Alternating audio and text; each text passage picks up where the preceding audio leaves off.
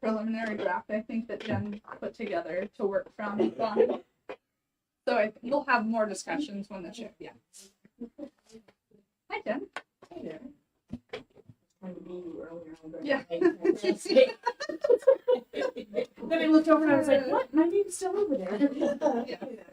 Wait a minute. That's all open. Hey, you can go on for 2 meetings. Monster. Fine seats are up on the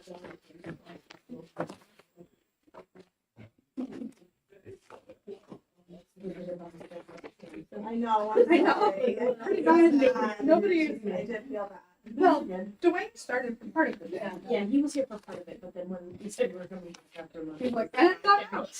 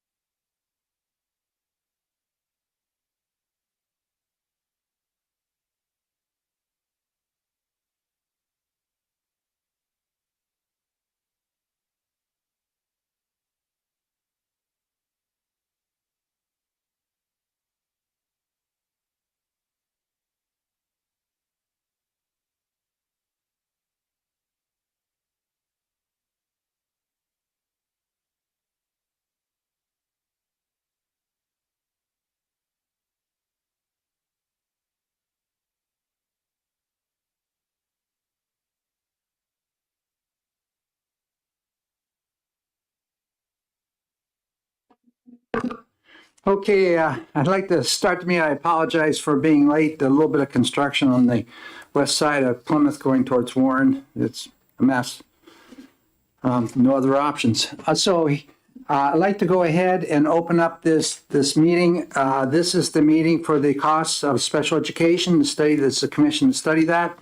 And this perhaps is our last meeting, and we have responsibility to have a set of findings and recommendations concluded by July 1 of this year. So we're running on a tight rope here, and so we are going to try to use everything we have in this meeting, and may extend a little bit later towards into the lunch hour a little bit if we have to. As we mentioned at the last meeting, which we previously had. There is not a formal agenda for it. I did put together this memorandum, which we'll get into. But what I'd like to do first is to open up the meeting and then to look at our minutes from the preceding meeting, welcoming, of course, everybody to our meeting today. It is a beautiful day. Thank you for coming. So we have the minutes right here, June 2nd, 2026. Our commission meeting. Has everybody had an opportunity to look them over to some degree? I know we have some here that weren't here at that meeting.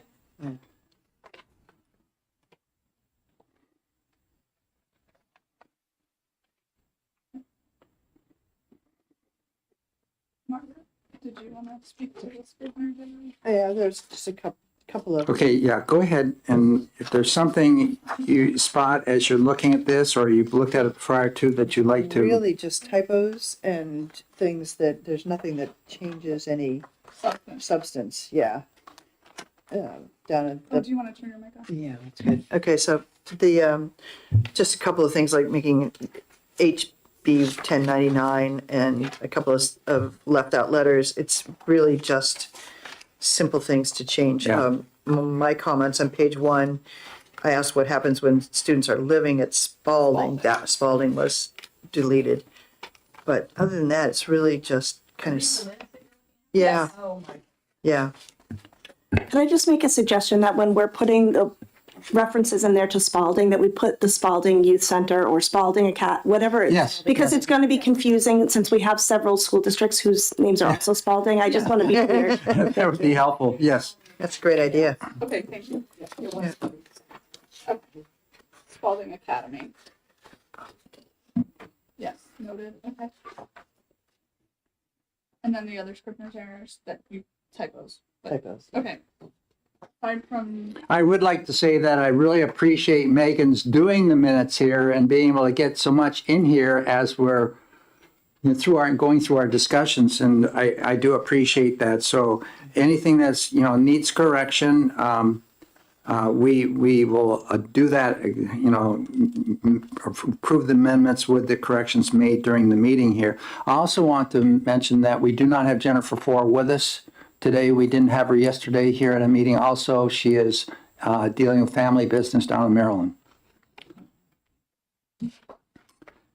So is there a motion? Said everybody had a chance to look at them over? Why don't you look them over? Yeah, yes. So on page 2, I Yes. was trying to figure out what I was trying to say, but the sentence, it's at the top, it says Becky notes. That sentence does not make sense, but I don't know what it's supposed to say.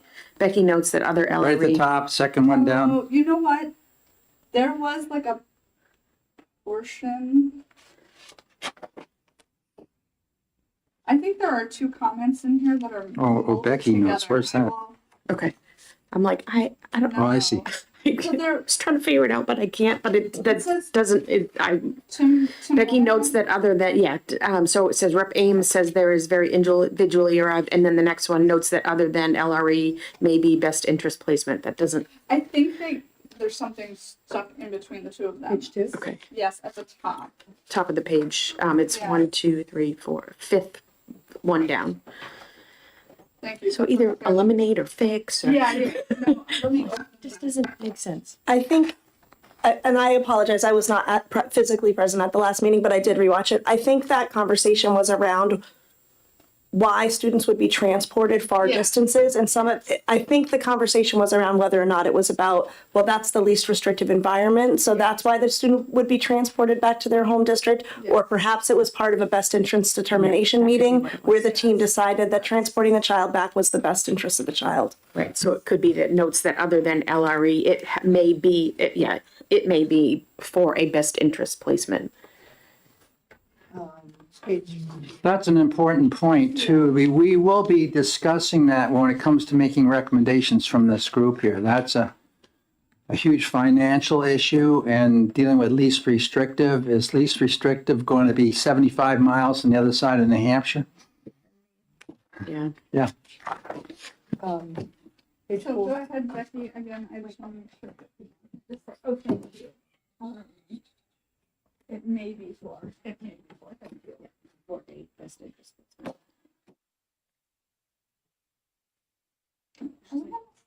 I think that's what, I think that makes sense. I think that was that. That's why, because I was on 2 initially. Okay, Yep, 1, 2, 3, 4. thank you. The third line, page 4. Yep. Third line down. So the letters program, it's capital LETRS. Yes, thank you.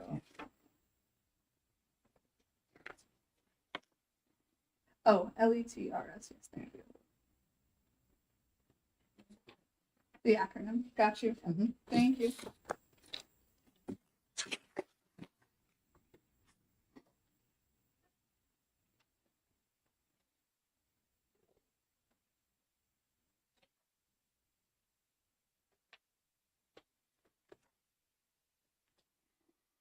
Anything else?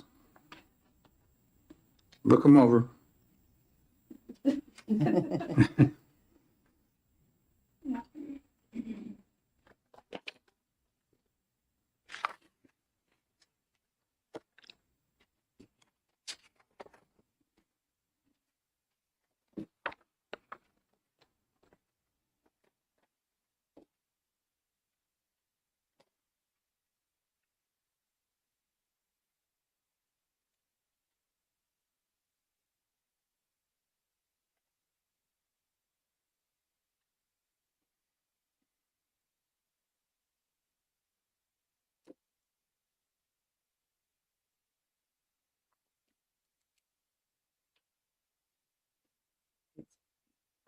Thank you, sorry about that.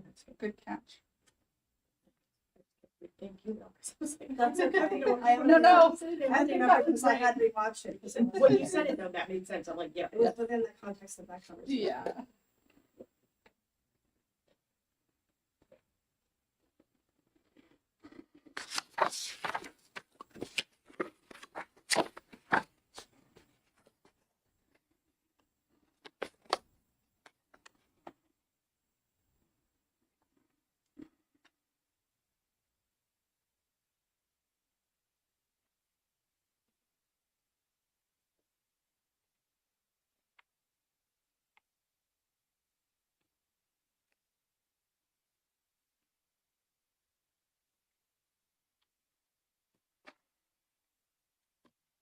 This issue of transportation from a residential placement back to the resident, or residential placement back to the resident district, as it's scattered throughout these minutes throughout at various places. And so I think that's something that we need to really dig into when we're getting to the conclusion of this thing.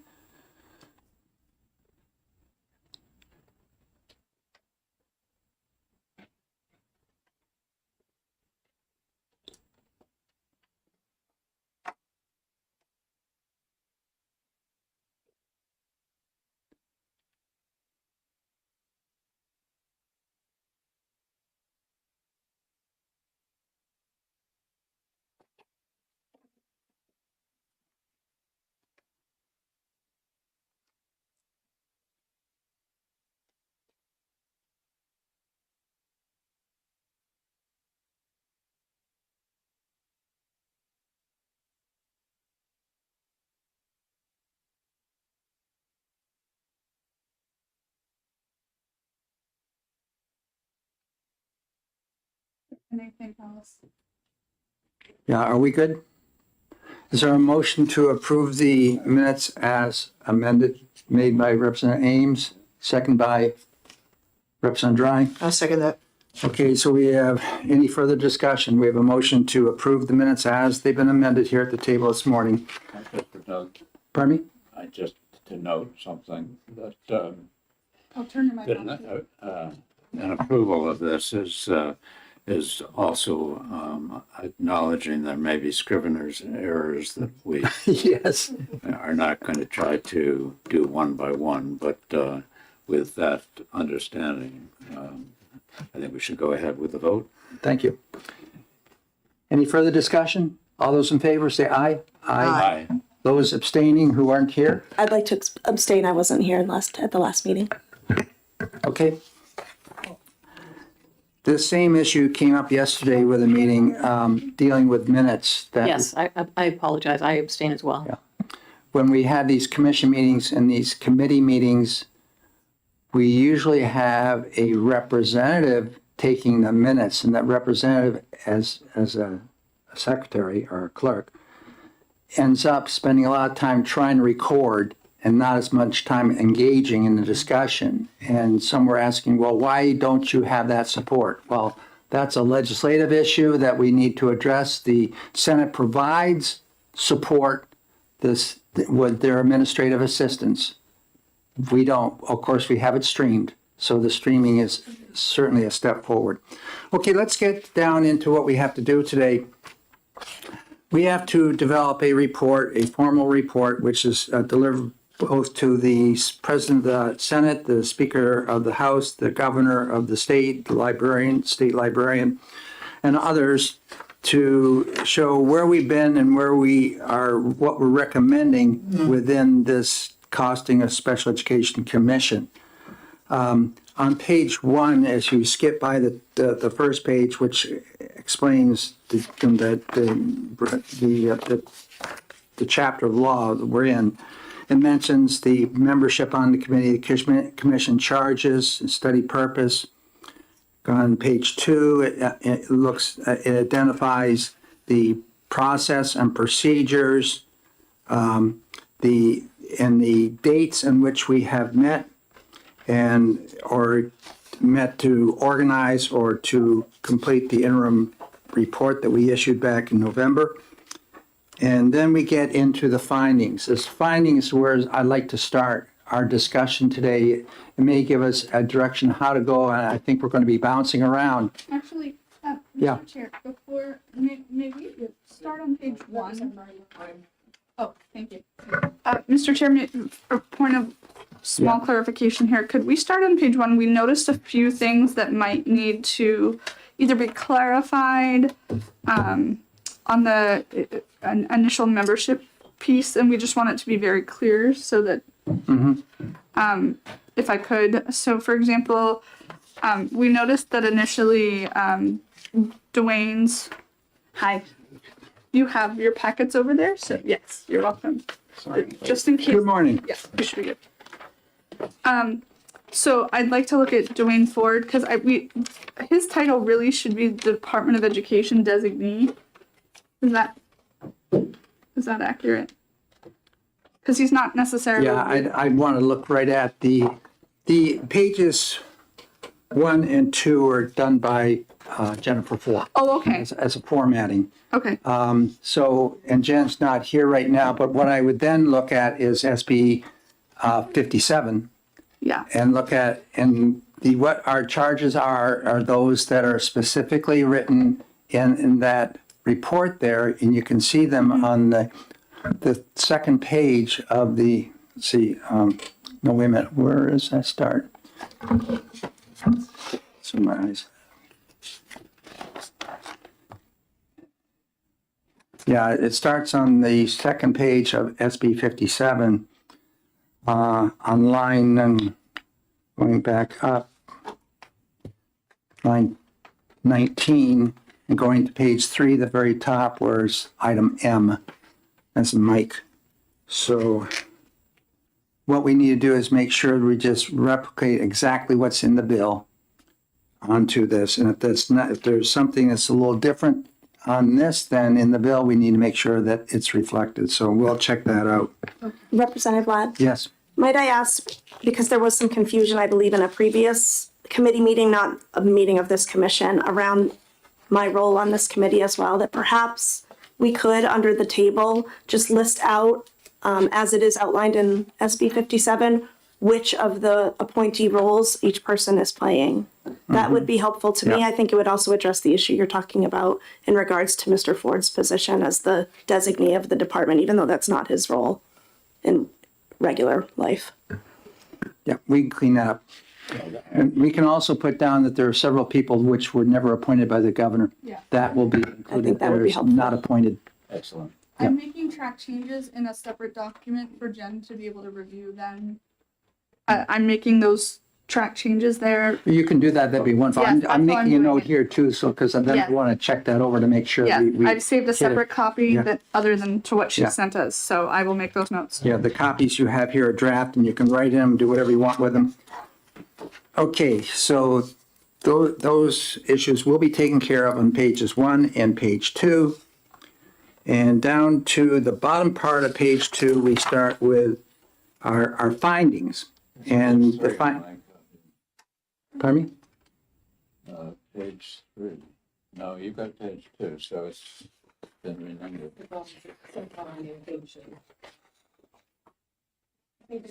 Cover's not, The cover, the page, yeah, that's just the title page, no, that's right. Numbered page.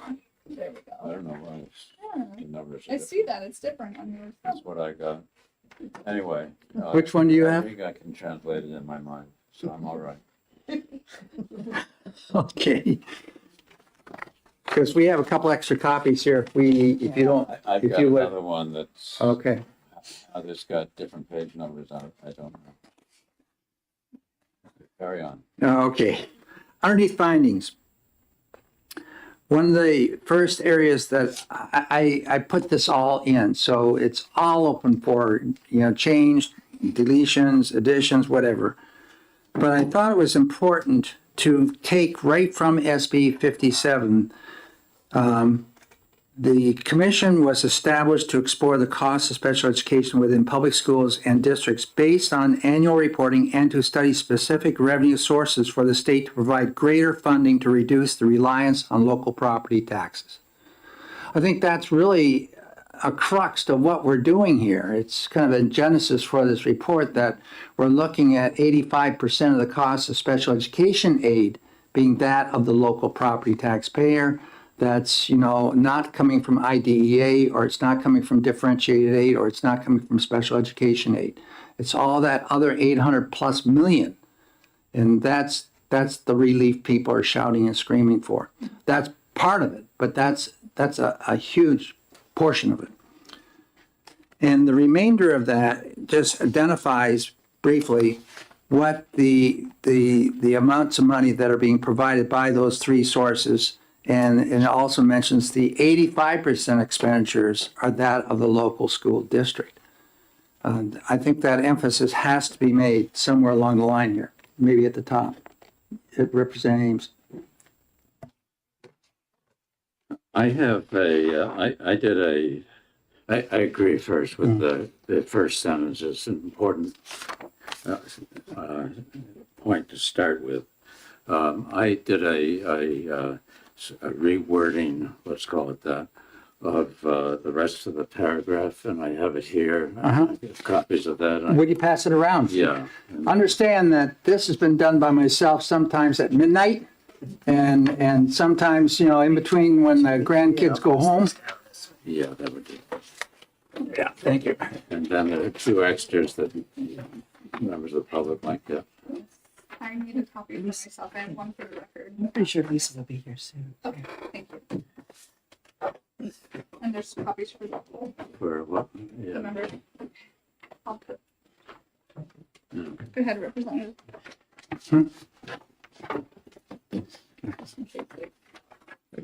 So as soon as these are passed out, we'll have Representative Ames go through and explain what he's done here.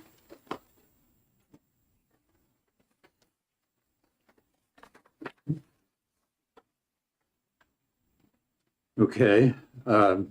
I tried to use the word expenditures and revenues consistently throughout, and I made some corrections to do that. So we start off with, according to the New Hampshire DOE, and by the way, I think that reference to the Department of Education is sometimes DE, Yes, it's NHED. NHED. Yeah. And so that probably should be different on this too. So I start off, and instead of saying statewide total expenditures, the focus here is on revenues. So I said total state and federal revenues, because that's what we're focusing on to start with, supporting special education in fiscal year 24 were derived from three primary sources. I thought that focuses on the state and federal revenues, three primary sources, and then I pick up the numbers that were in the draft that we're working off of. So no changes there. So the total special education aid derived from these three sources, as the state and the federal sources, totals 152 million roughly. And this amount, however, is approximately 15% of necessary annual special education expenditures. That's no change there. The other 85% of expenditures were paid by local school districts. I didn't say I changed. The other 85% of expenditures is a responsibility of local districts. That's how it read before. And I thought, why not just say that that's what they paid in the fiscal year 24, using local property tax revenues. So that's how they came up, the local school districts came up with the other 85% of the total expenditures. And then when combining the state federal revenue of 152 million approximately with locally appropriated school district property tax revenue, the amount comes to $825 million.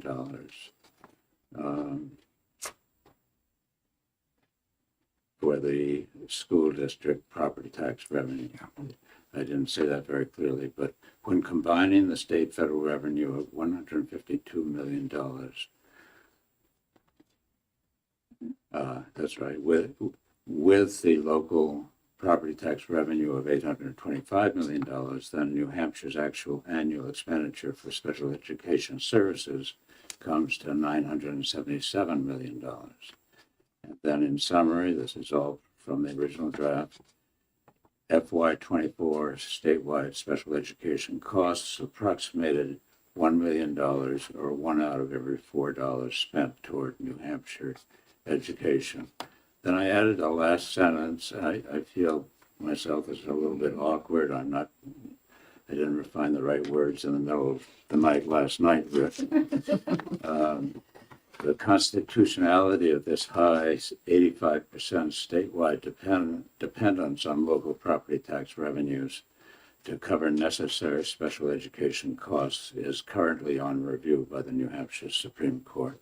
So I tried not to take a position one way or the other on that constitutional question, but it is happening as we speak, this Supreme Court review, and I thought it behooved us, indeed, it is necessary to have something that flags that reality. So that's what I've done. Representative Dry? Thank you. It's ironic, I think, looking into the history of when they were flagged about an investigation for a certain number of special education students in a district. It's led me back to 1985 and the hearing for House Bill 114, where they start talking about we need to expand local property taxes, and we need to make a plan on how to make that more of a part of funding education back then. So I find that really ironic that we're looking at it this way, because we got what they wanted and we don't want it anymore. But I want to say that I still think, I appreciate what you did with this, but I really like the sentence that's already there, because it sets the stage for what we're doing, that this is the genesis for the reason for this commission. And that's why I would like to keep that sentence. I'm fine with that. I had it originally, I don't know why my fingers were getting clumsy. No, Yeah. Can I ask yeah. a question about Yes. the content? Just looking at this, and I'm thinking about, I think several times throughout our meetings, I asked about longitudinal data. So this gives us just the immediate funding.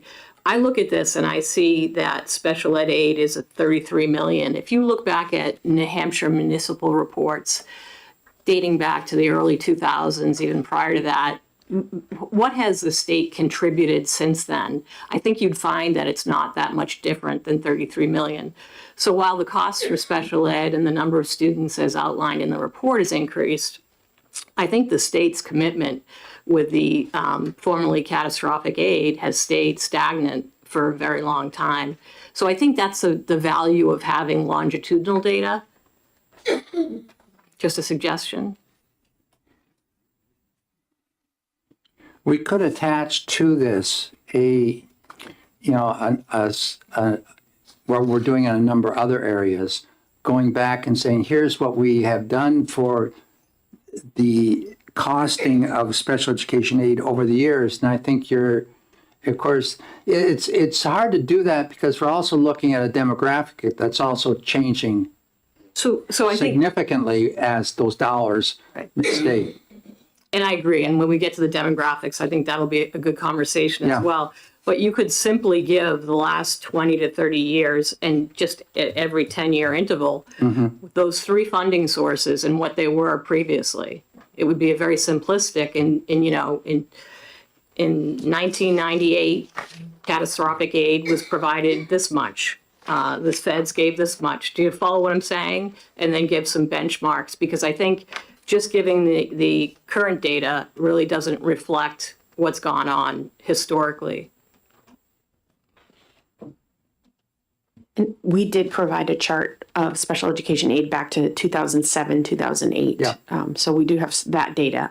I would have to see if we have it before that. I don't. I can find it, but I think it's really valuable because I think then that's when the shift started happening, when the downshifting of costs from the state to the local property taxes really started to mount.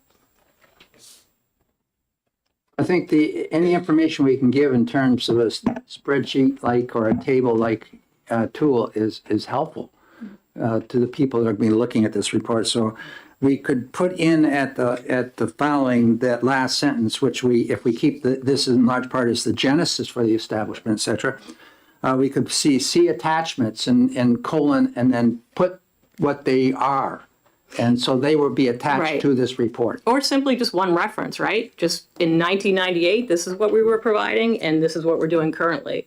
I think it's a finding, right? Because I think the trajectory or the trend is what is valuable in this. To off-put any narrative that's been developed about special ed sort of, I costing. think you're right, but I'd also like to see that how we've done it through those years. I think that's very important. There's been some years where it's been better than other years, so it's peaks and valleys a little bit, yeah. But for the most part, the Significantly. trend is very clear Yeah, if you yeah. look longitudinally. Yeah. Okay, If you'd like, I could Becky. keep track of some of the things that people are mentioning that you would like to include as wrote that down, attachments, too. so that Representative Murray can take the notes if that's Yeah. helpful. Yeah, that'd be, But I'm putting it at the bottom of the report too, so Okay. you have to have the belts and suspenders. okay. Thank you. Okay, are we good with number one? Let's go on to number two then. Demographic data. We have here, the state of New Hampshire has also seen a dramatic reduction in the grades K through 12 student population over the past several decades. From years 2003 through 2024, total statewide enrollment has decreased from 200,000 plus students to 157,000 plus students. However, the number of students with special education disability, IEP, from 2003 to 24 has increased from 30,000, which is about 15% of the whole, to 32,000, which is 20% of the total population. According to the study completed by Edunomics, in this quote right here, over the last decade, New Hampshire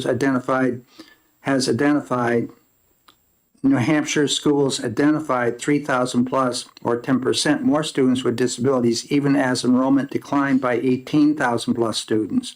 This is considerably more than the national average of 16%. That's all a quote from that reference.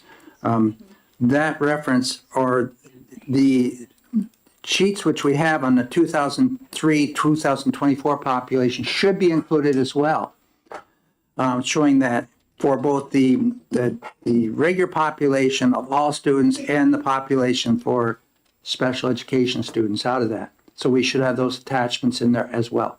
Yes. I just have a question, and I'm not sure that it's something we really want to try to parse out in this report. I am wondering the number of students with a disability that were being served in the public schools that are now potentially being served through the EFA program. If that somehow impacts these numbers in terms of the percentage, they would still be considered students with a disability, some of them, if they were in the public school system, but now they are not. And so I just don't know how to account for that piece of it. And I also wonder, if do it's have just that somewhere to try information. to incorporate that into what this demographic data. It would be hard for somebody who does not live in this state daily to understand the impact that potentially could have on this identification rates and things like that, especially if we're just looking over the last couple of years, because that's when we've had the EFA program's been in existence. And I think that goes to my question about the validity of the data. So if you look at the total number of students with disabilities, if that total number of students with disabilities includes students who attend charter schools and take EFA funds, does the other number then, the decrease, include those students as well? So are we comparing apples to oranges? I think my bigger concern is whether the data is actually valid. So in the district, there's question as to whether the data, and I think if we're going to use this information, this data should be sourced, right? So where did Edunomics get the data? And what, you know what I mean? Is there a reference to that data? This sheet was provided to us by the Department of Education. I'm sure. Yeah. So, but my point being, we're comparing the number of students with disabilities to the total number of the population decreasing. Do both of those numbers include students in EFA with EFAs and charters, or are those solely public school numbers? That's a question for the DOE. Yeah. In the meeting we had yesterday dealing with the EFA program, we were provided the numbers of students that had IEPs, the number of students which had disabling condition. Correct. And we had it broken down specifically in these areas, and that was provided to us. We could list that in here, but we do speak to the EFA program a little later in this report But this as well. this is really important Yeah, data. yeah. So what is this data, I guess? If we're going to base this whole, can you tell us, Becky? Does that It did not come from me. I'm just looking at the chart. But it came from Edunomics, and it says on the bottom of the chart, and I think we got this at like one of the first I think meetings. I read that too. It says from NCES 2014 to 2024 for enrollment. Staffing was from USED IDA Section 618 Part B personnel. Grants from 22 to 23. The scores came from the Nation's Report Card in 2024. I've looked at all that data over the years, and Yeah. that doesn't tell people the numbers. That's all collected at the federal level, and there's a lot of caveats. So I guess the question is, do those two numbers, are they both students only in public education? Somebody must know that answer, right? You don't know? Because I don't know where, all it references is where they get the data from down here, so I don't know if it includes the charters, the See, public charter so schools. any of that federal data is interesting and important, but it's the data we have here in New Hampshire.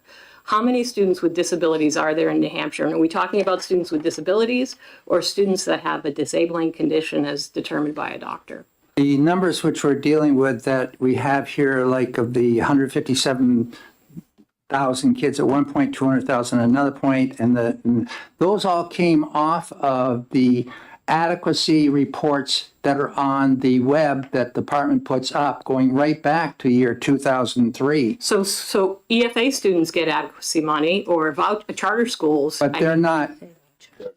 They're not So then there. So then clearly the 157,394 students that we have listed here as students with disabilities don't include students with IEPs and charter schools and don't include students who get adequacy funds. The charter schools, I think, is a different. So It would include the charter. So I think we've Yes, got to be I think clear you do. about this data. The charter schools would be in this number. Yes, of So then course. when you look at are the charter schools included in the decrease in number of students in public education? No, because So they're two considered different public data schools. points. Right. And one is, And the adequacy money does go to the EFAs. And I guess it's a question of the Education Trust Fund. What's Yeah, diverted from the in our trust fund? adequacy, we've flopped around in our reporting from ADMA to ADMR. That's part of the problem here. That's Because another you are nonsense. comparing apples and oranges right here. And when you're also talking about the EFA program, you're not talking anything, we had 1,000 plus some odd students in 2021 in the EFA. Now you have over 10,000. Correct. So going back prior to 2021 is what we're talking about, but the issue becomes, are we talking ADMA, ADMR? I think the shift to ADMR, and Dick, remind me if I'm right or wrong, was just done recently when we've been trying to develop the adequacy and revise the adequacy formula. I think it's been done in the last 3 or. I think the last budget cycle. And I think the intent of that is just to cloud all these numbers Yeah, because yeah. we know how many students in New Hampshire have an IEP. Yeah. We have a database that collects that. So I think what we can do is we can put attachments or links and try and get this data so that it's comparing apples to apples. So we'll look into that. Thank you, I don't thanks. think we necessarily have all that right in front of us here, right now. Okay. Make sure you get a note of that done, Yeah, whoever's, I have it. okay. Yeah, perhaps we could keep a list of outstanding questions we have about things such as what is the impact of switching from the ADMA to the ADMR? What is the impact of instituting the EFA program on some, just a list of, And I we're think- not going to have all of the answers. Do all but those perhaps just a fonts in a question. different color, Meg. Can I just say, and I think the ADM and the ADMR, whatever, is helpful, but let's be honest, the property taxpayers pay for it regardless of which category they fall into, right? The state can sort of skirt that and say it's not a special ed thing, so we're not going to pay for it. But the property taxpayers are paying for this because they pay for the buses regardless of whether a kid's sitting on the bus or whether a kid goes to school or not. Average daily membership is ADMR. I think one of the issues it all goes back to, it's all relative to that we're seeing an increase in number of students that have disabilities. That's not clear. Yeah, well, I think it's showing a trend. The other trend, which I think I see, I know that's happening after being on the funding committee for last several years, the costs are increasing significantly. I agree with you. And this is the trend which is really impacting all of K through 12 education. And I hear too often from the local school administrators, teachers, that you're having to borrow from Peter to pay Paul. And that means we're borrowing from the general ed dollar, which is supporting everything else in education, to pay for this unfunded federal mandate. Can I politely disagree? You can politely disagree. That's what we're all about here. I think if we're including numbers of VFA students who simply get a doctor's note to say that they have a disabling condition in these numbers, yes, the numbers have gone up considerably. Because anybody that wants to seek a letter gets an additional amount of funding, which is really significant coming from taxpayers, right? So the numbers have gone up. I think there's also a narrative, despite the fact that we've opened up all these other options for education, we're going to blame students with special needs for these costs increasing. I think, and I'm not arguing that that may not be the case, but let's be honest and give the correct data so that we can take an honest look at it. I think we want to give that right data, but the point I want to make sure that we provide that, the facts, that we need to make these decisions, because some healthy decisions have to be made here in the next biennium. I agree. And without this report being accurate, we're not going to get there. But I do believe that we do have that information from the Education Freedom Account program. We were provided that yesterday. And when we get down and we're talking about the EFA program, I have some definite concerns about disabling condition. My concern is that the disabling condition can be made by a medical professional licensed in any state in this country. And yet we know that medical professions are regulated in each state with different standards. So we could have a person come in the state with medical licensure from where I was, from Alaska, which has a bar maybe on the floor, versus another state which the bar is up here. Is that person going to, and then by what criteria are they using? What's clinical, what's medical? And then there's no statutory reference to it. And then a family can simply get $2,000 of taxpayer money to go to we don't even know what, right? $2,185. Thank you. Can I interject here? Yes. Please, thank you.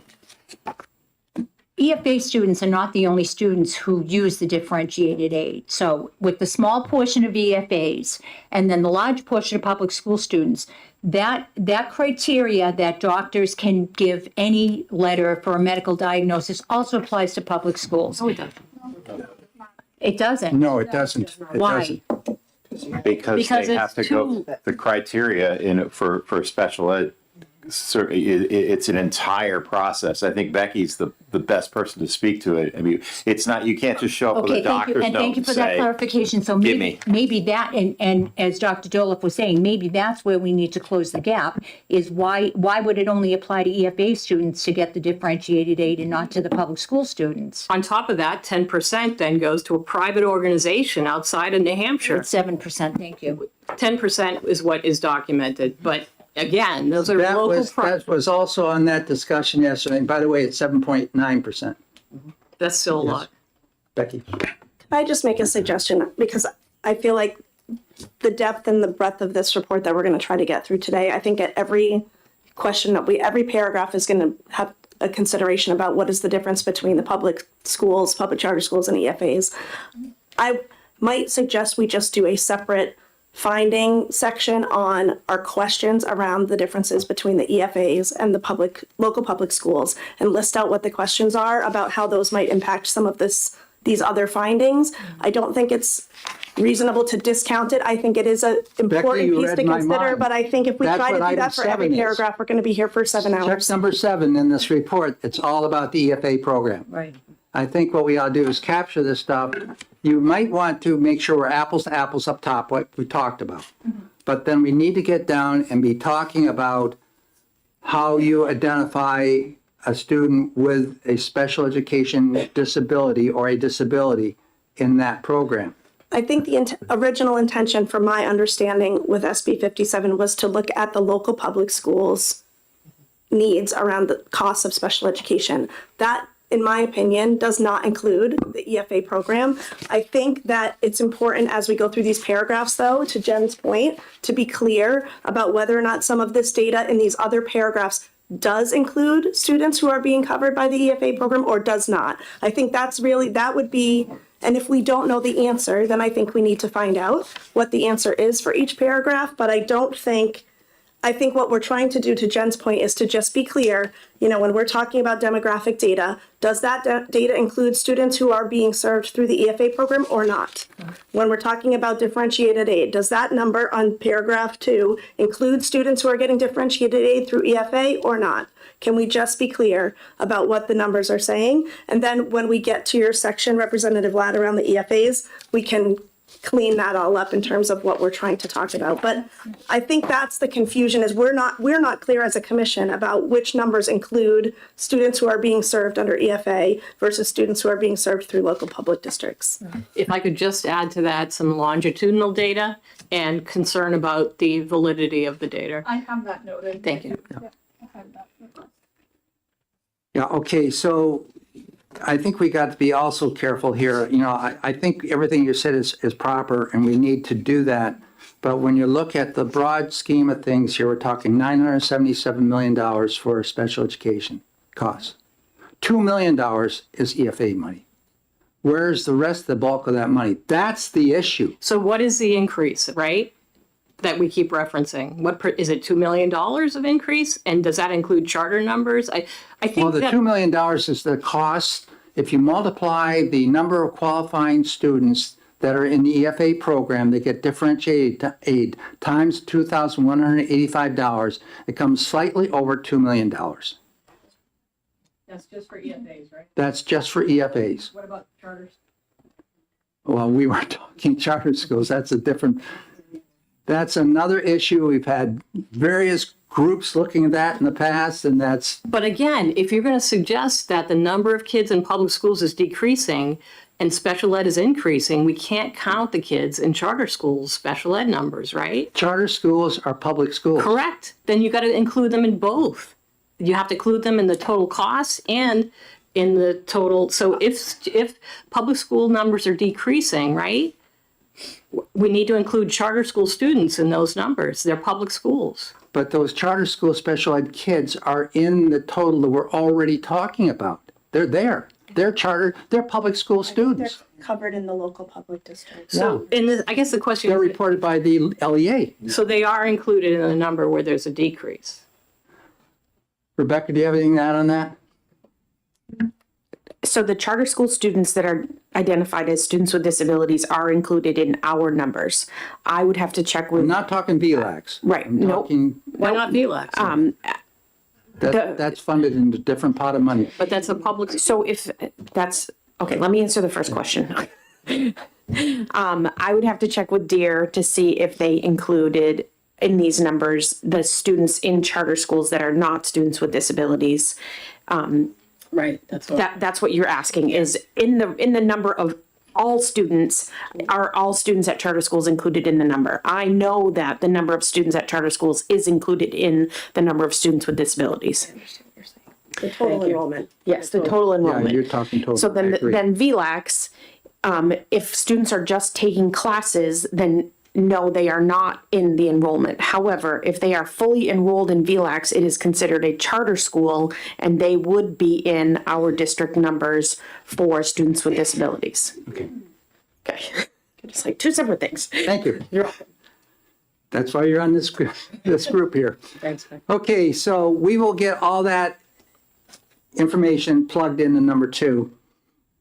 And we'll be plugging some of it also into when we do talk about the EFA program. Until section 7. In the section 7, correct, Megan?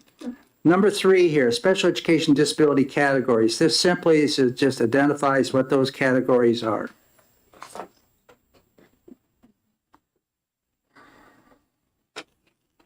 Representative Ladd, Yeah, this is an opportunity potentially to just put a sentence at the end that says this does not include students who have a disabling condition under the EFA program. I might just call it out so it's not confusing to people. Then you're not, Section 3. Yes. that would be it's just a suggestion. If you don't want to, that's fine, but I think However- that would clean that up see, there. the thing really is a mess. If you look at your administrative rules and look at what the definition for disabling condition is, every one of these categories is in that meaning. Mr. Chairman, I think one of the things I would note here is that this language talks about identified and evaluated by a school district. And the EFA students are not identified or evaluated by a school district. It's a doctor. Some of them are, correct, Becky. That's right. We did hear testimony that some have already have an IEP and now are coming to the table. And I've had some But of the those whole, kids. the whole point of this committee is funding, right? So if Correct. they're getting the funding and we're using them in the funding numbers, we need to identify how they're identified under disability categories, right? Isn't that the whole genesis of this? Can I, And that's through the IEP process. can I just clarify? for- Not for, the funding goes to non-IEP process kids. Like, sorry, Becky. No, I just want to clarify for the disabling condition, while it does say that these 13 disabilities are included, it says included but not limited to these 13 disabilities. So there could be something else that a doctor determines or a health professional determines is a disabling condition. So yeah, it does include these 13, but it does say, If that's the case, Becky, could public school kids also ask for an IEP based on that or funding? not according to IDA or state law. And a public parent I guess who my point- doesn't like the results of the IEP meeting say, I want to go to an independent assessment, which they can do. Which is outside the 14 categories of disability. Yes. Unless we've Yeah. lost a category. Yeah. So, So I do think that if in fact we're going back to the funding line, there has to be a definition provided for students who are receiving funding under a disabling condition category. well, that's where we're going to get number 7. Yes. For number 3's finding specifically, the data does not include students under the EFA program who are considered to have a disabling condition. That would be my suggestion, to just, that this paragraph doesn't address that. That's fine with me. I would say because they do have two choices in an EFA, it could be that they are a student with a disability or they have a disabling condition, but they are receiving EFAs. So you want to, so there are students that went to a public school, were evaluated, were determined to be a student with a disability, and then their parents said, nope, we're now going to go use the EFA. So there are some students in EFA that were identified as students with disabilities, but they're not in our system. I 100% agree with that, but I think if the purpose on the commission, I think looking at these categories was to try to tie that back to what we're doing in the local public districts. Even if you are a student who had an IEP and you're using that IEP to now obtain differentiated aid through the EFA, we wouldn't be including them in our numbers for that year. When you get the spreadsheet that says there's 5,000 students under LD and 3,000 students under other health, those EFA students are not on that, included in that table, because that's just addressing students that are attending or are the responsibility of the local public school. So I just think we're not saying that you can't use an old IEP to go get differentiated aid through the EFA, but I think in terms of what the commission's tasks were, trying to clarify that this paragraph is talking about students who are evaluated at the local district level to be found eligible or ineligible, and then are counted in those numbers in the local public school. We're just trying to keep it clean, I think, in terms of that. Yeah, Mr. Yes. Chair, I do have a question, and maybe I'll put a pin in it until we get to number 7. Sorry. I'll wait until we get to number 7. Okay, so is 3 good the way it is? I just made that additional sentence that I read to you. What's your additional sentence? At the very end, we were saying something to the effect of, this data does not include students under the EFA program who are considered to have a disabling condition. I think that belongs in number 7. I don't think it belongs here. Okay, But number 3 is an offshoot of number 1. So if students are receiving funds, taxpayer funds, right, they should be included in 3 because it is a disability category. so you want, Could we just, sorry, Becky and I were just trying to figure out the name of the sheet that talks about how many students we have in each category annually. Could we just say that that sheet does not include students who are receiving differentiated aid through, or that sheet does not include students who are served by the EFA program, or something to that effect? Because we could include that sheet with the categories in our list of things that we're going to send as attachments, but just to clarify that that sheet with the categories does not include students who are being served by the EFA program. It's And that can be added right on this sheet that we have, the Correct. statewide census by disability. Yeah. That's where I think we need to have it. Yep. And we'll have several of those. Yeah, they start at year 2000, they go right through where we are right now. and that's going in number 3. And I think it would be very easy to just say that the census sheet does not include students who are being served through the EFA program. Thank you. Yeah. Yeah, I think that's where we also have the attachment of the sheet, that sheet. Okay, so then let's go on to referral rates. Item 4. The commission was tasked with the responsibility of determining students' referral rates for the 13 IDEA categories noted in the above paragraph.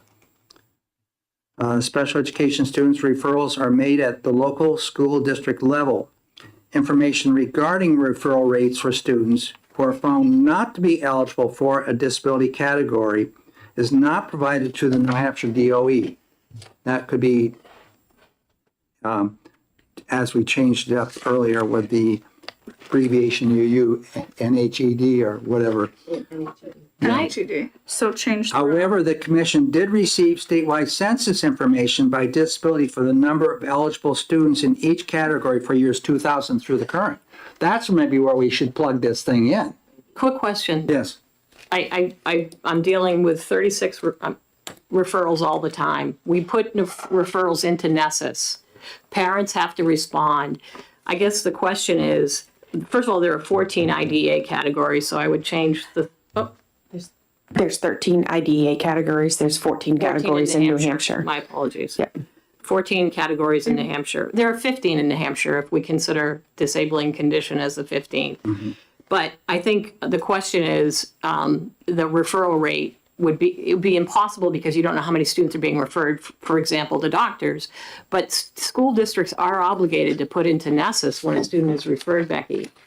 So that is a new feature that has been added. So I would only have like a year's worth, not even a full year's worth of data, because prior to that, Nessus did not take students that were not found eligible. So if you evaluated a child and then you found that the student was not eligible, there was no requirement for it to be put into Nessus, and Nessus would not allow you to do that.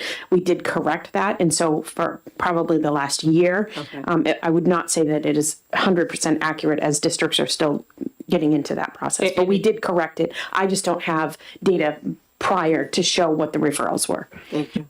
Maybe we should reflect then in this report that it's recently been added to the Nessus report, et cetera, et cetera. But that does not capture calendar year. that does not capture referrals thank you. for students outside of public education that get adequacy funds. Again, I think you're trying to go into that other domain, and I think I think what the department is, are you capturing any other referrals that are made outside of the K through 12 public education? Charters. But that falls under public That's education. public education. The only other referrals we receive are from IDA Part C, which is referrals from early supports and services at DHHS. They serve children birth to 3, Yeah. and then that would be a referral from them when the child is going to turn 3. And then every other. Capture it then when they. Yep. Yeah. Yep. So I think we have that data, or we will be getting that data. So I think if we put that one line on there, I think we're good and we can move on here.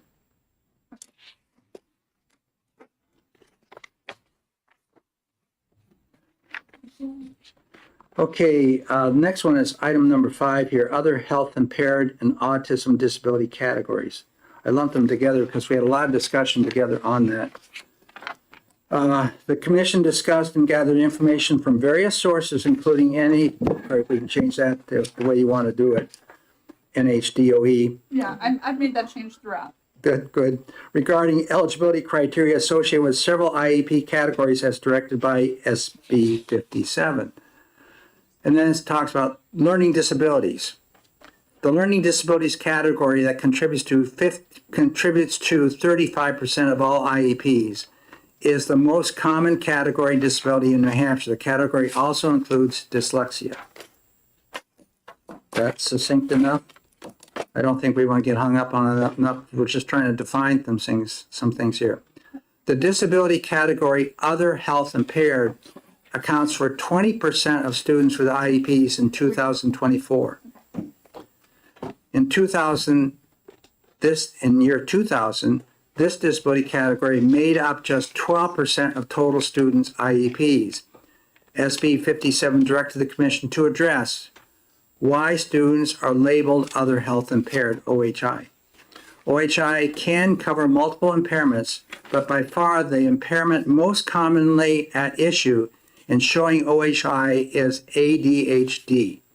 IDEA states that other health impairment means having limited strength, vitality, or alertness, including a heightened alertness to environmental stimuli that results in limited alertness concerning the educational environment.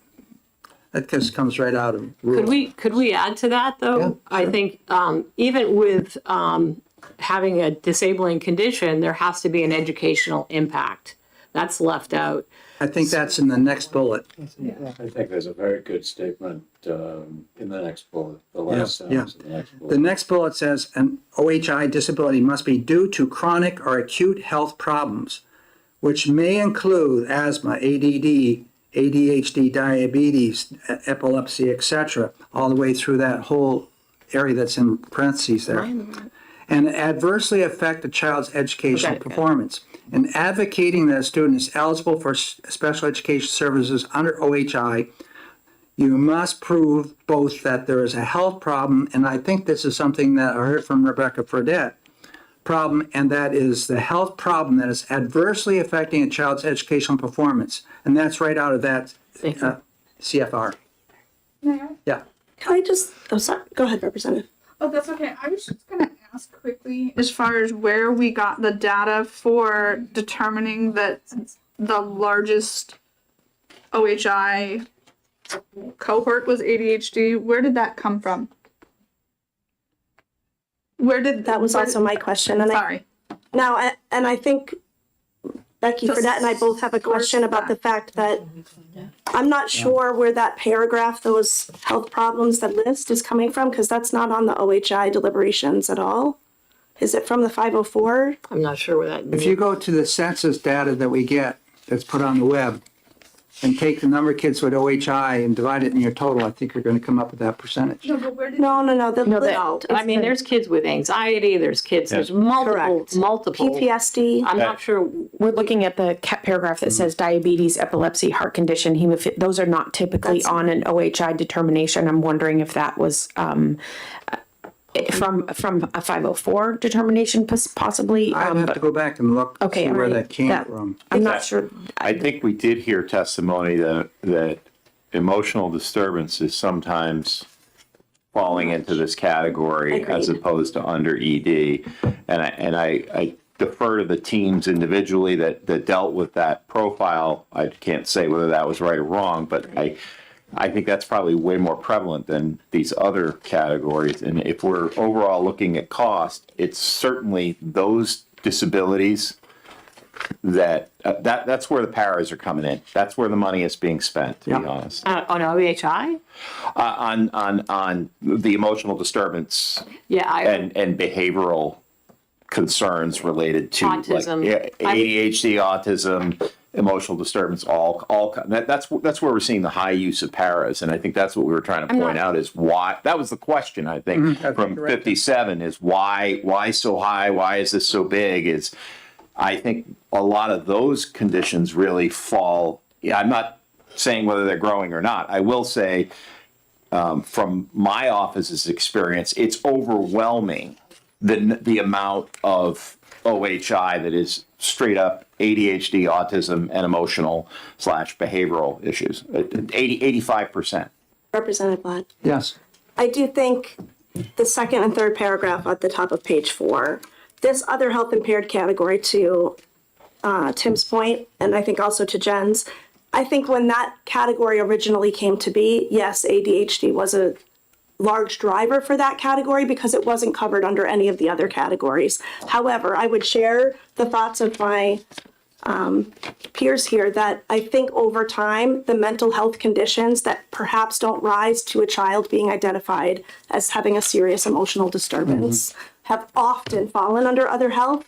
some as a protective measure to students who potentially want to pursue the military after school or something like that, where serious emotional disturbance would disqualify them from something like that. Also because anxiety, PTSD, things like that don't fall necessarily or rise to the level of a serious emotional disturbance, but they are medical conditions where medical doctors have diagnosed some of these things or psychologists have diagnosed them, and that is what is impacting the child's ability to learn and make progress in the general curriculum. So I would not disagree narratively that ADHD might have been the highest category initially. However, I share the thoughts of my peers that I don't think now, if you polled the students who have another health impairment and you could drill down, it's not about the ADHD. And attention issues in children often look like ADHD, but anxiety, PTSD, sensory dysregulation, all of those things look very similar to attention problems, especially in younger children. So they are often misdiagnosed in the beginning, and it takes some time to parse out what is happening. But your anxiety can cause attention problems. Your PTSD can cause attention problems. It's not that every attention problem is ADHD as a diagnosis. Megan? Thank you, Mr. Chair. I would also say that there are other things that also are inclusive of this, that PANS, POTS syndrome, Yes. other things like that. Diabetes. Candace. Right. Yes. Thank you, Candace. I mean, they're comorbidities a Right. ton. It's never usually one silver bullet. There's four things going on at once, and So I just want to make sure we're being very careful here on where this information is coming from. So if we can clean that up a little bit. Yeah, I'll try and find out because it's a quote that came from somewhere in some of the materials that we have, and I'll just have to dig through this pile of stuff. So what do you want to add in here or delete from this? I think unless we have something that we can reference that talks about everything from this middle part of paragraph 2 through the end of paragraph 3. I mean, I just would be really cautious about putting that in there. I think that it is coming from 504 language, and we've tried very hard on this commission to clean up people's misunderstanding of the difference between 504 and special education eligibility. So I think I would maybe even just take them out until we have a better handle on where that has come from, or, perhaps summarize the discussion that we just had, which is other health impairment covers lots of conditions, often comorbid conditions. could we just reference the statute? Yes. Could we just say other health impairment includes the articulated Eligibility criteria, right. criteria in section blah blah blah, and I think it's important to say and often includes a combination thereof, because I think it's fair to say, I don't know if Becky agrees with me or not, but often we see multiple. When kids are there, you're seeing 2-3 of those OHI things really playing together, and being able to pigeonhole one is extremely difficult. But I think that if we stayed away from labeling each one and we just said the stuff contained in here, then we're not pointing it out. Because I would say anxiety is a huge driver, and I would probably tell you that some of that increased post-pandemic too. Keep the RSA definition. Yeah. That's the former Representative Cordelli solution, which is the keep it broad. But I do think they did ask us to look specifically at OHI. Yeah, we're seeing a category that's growing. Yeah. We see what's the IDEA say? What is the definition? What's that mean? What is it? And are we developing a definition here at this table here that there may be something that's clearly identified that's eligible for OHI at the federal level? I would think we would be better served by listing exactly what IDEA says. Yeah, Could I just make a suggestion that we just say, in order to qualify as a student who would be eligible for special education under other health impairment, the student must meet the following conditions, and list out the eligibility criteria it is the easiest category to qualify for because there are less benchmarks that you have to meet. So it would be very easy to just list out what the eligibility criteria are. There are new medical diagnoses happening all the time. That's worth noting, though, that it is the easiest one. Agreed. And I think that, you know, I'm not saying, I don't want to represent that we're like willy-nilly adding people to the melting pot here, but it is distinctly different than, let's say, visual impairment or something, right? Even Where- learning disability, there are significantly less eligibility benchmarks you need to meet under other health impairments. And that might be why it's growing. I think your point is if it is easier to be found eligible, and I don't even like using the word easier, but if it's less criteria, then that's a good reason for it to be growing. The bottom line is there still has to be an impact on educational performance. So I think when we add the bullet about, disabling condition, which is very similar to OHI, right? It's kind of a catch-all for any disability, allergies, you name it. That OHI does require that there be an educational impact. Representative Dry? Thank you. So I was just looking at the bottom of the statewide census there, and it does say at the bottom, counts are based on students' primary disability. So it already includes kind of that overlap in categories. So it's built into that. Well, there are some students who qualify for example, multiple disabilities where they have multiple categories. I think that's what they're saying. The team has to decide which one to list first, which category. So you might have a child who is eligible under the autism category and also eligible under the learning disability category, and the team has to decide which to list as the primary disability. That's what that's like. Yes. So my question would be then, would these numbers in here would only include a student once, though? Okay, so it's kind of already built in that there may be much more. Correct. Okay, thank you.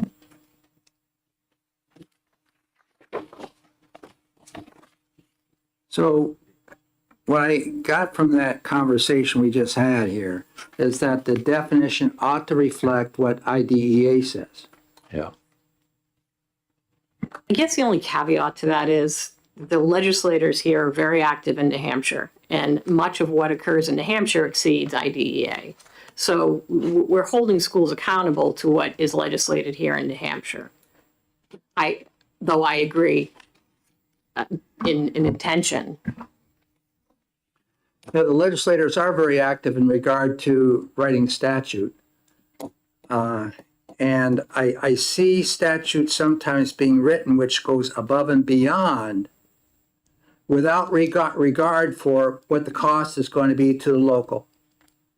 And we wrote legislation trying to put a kind of a close that door somewhat, where if they're going to come forth with a rule that's changing and going above and beyond, that rule must explain what the costs are going to be to the local school district. And JELCAR better be looking at that. This is an area which I see that it's one of the causations, I think, for why we're seeing costs for special education going up. Well, and JELCAR has taken the position many times in the last 10 years that they can't figure out the costs. So it is never, I think the role of JELCAR has diminished as far as protecting local taxpayers. I, for several years, have advocated that when we're looking at our formula for costing out special education, that there be a weighted value or based for certain categories, and that the caseloads be looked at.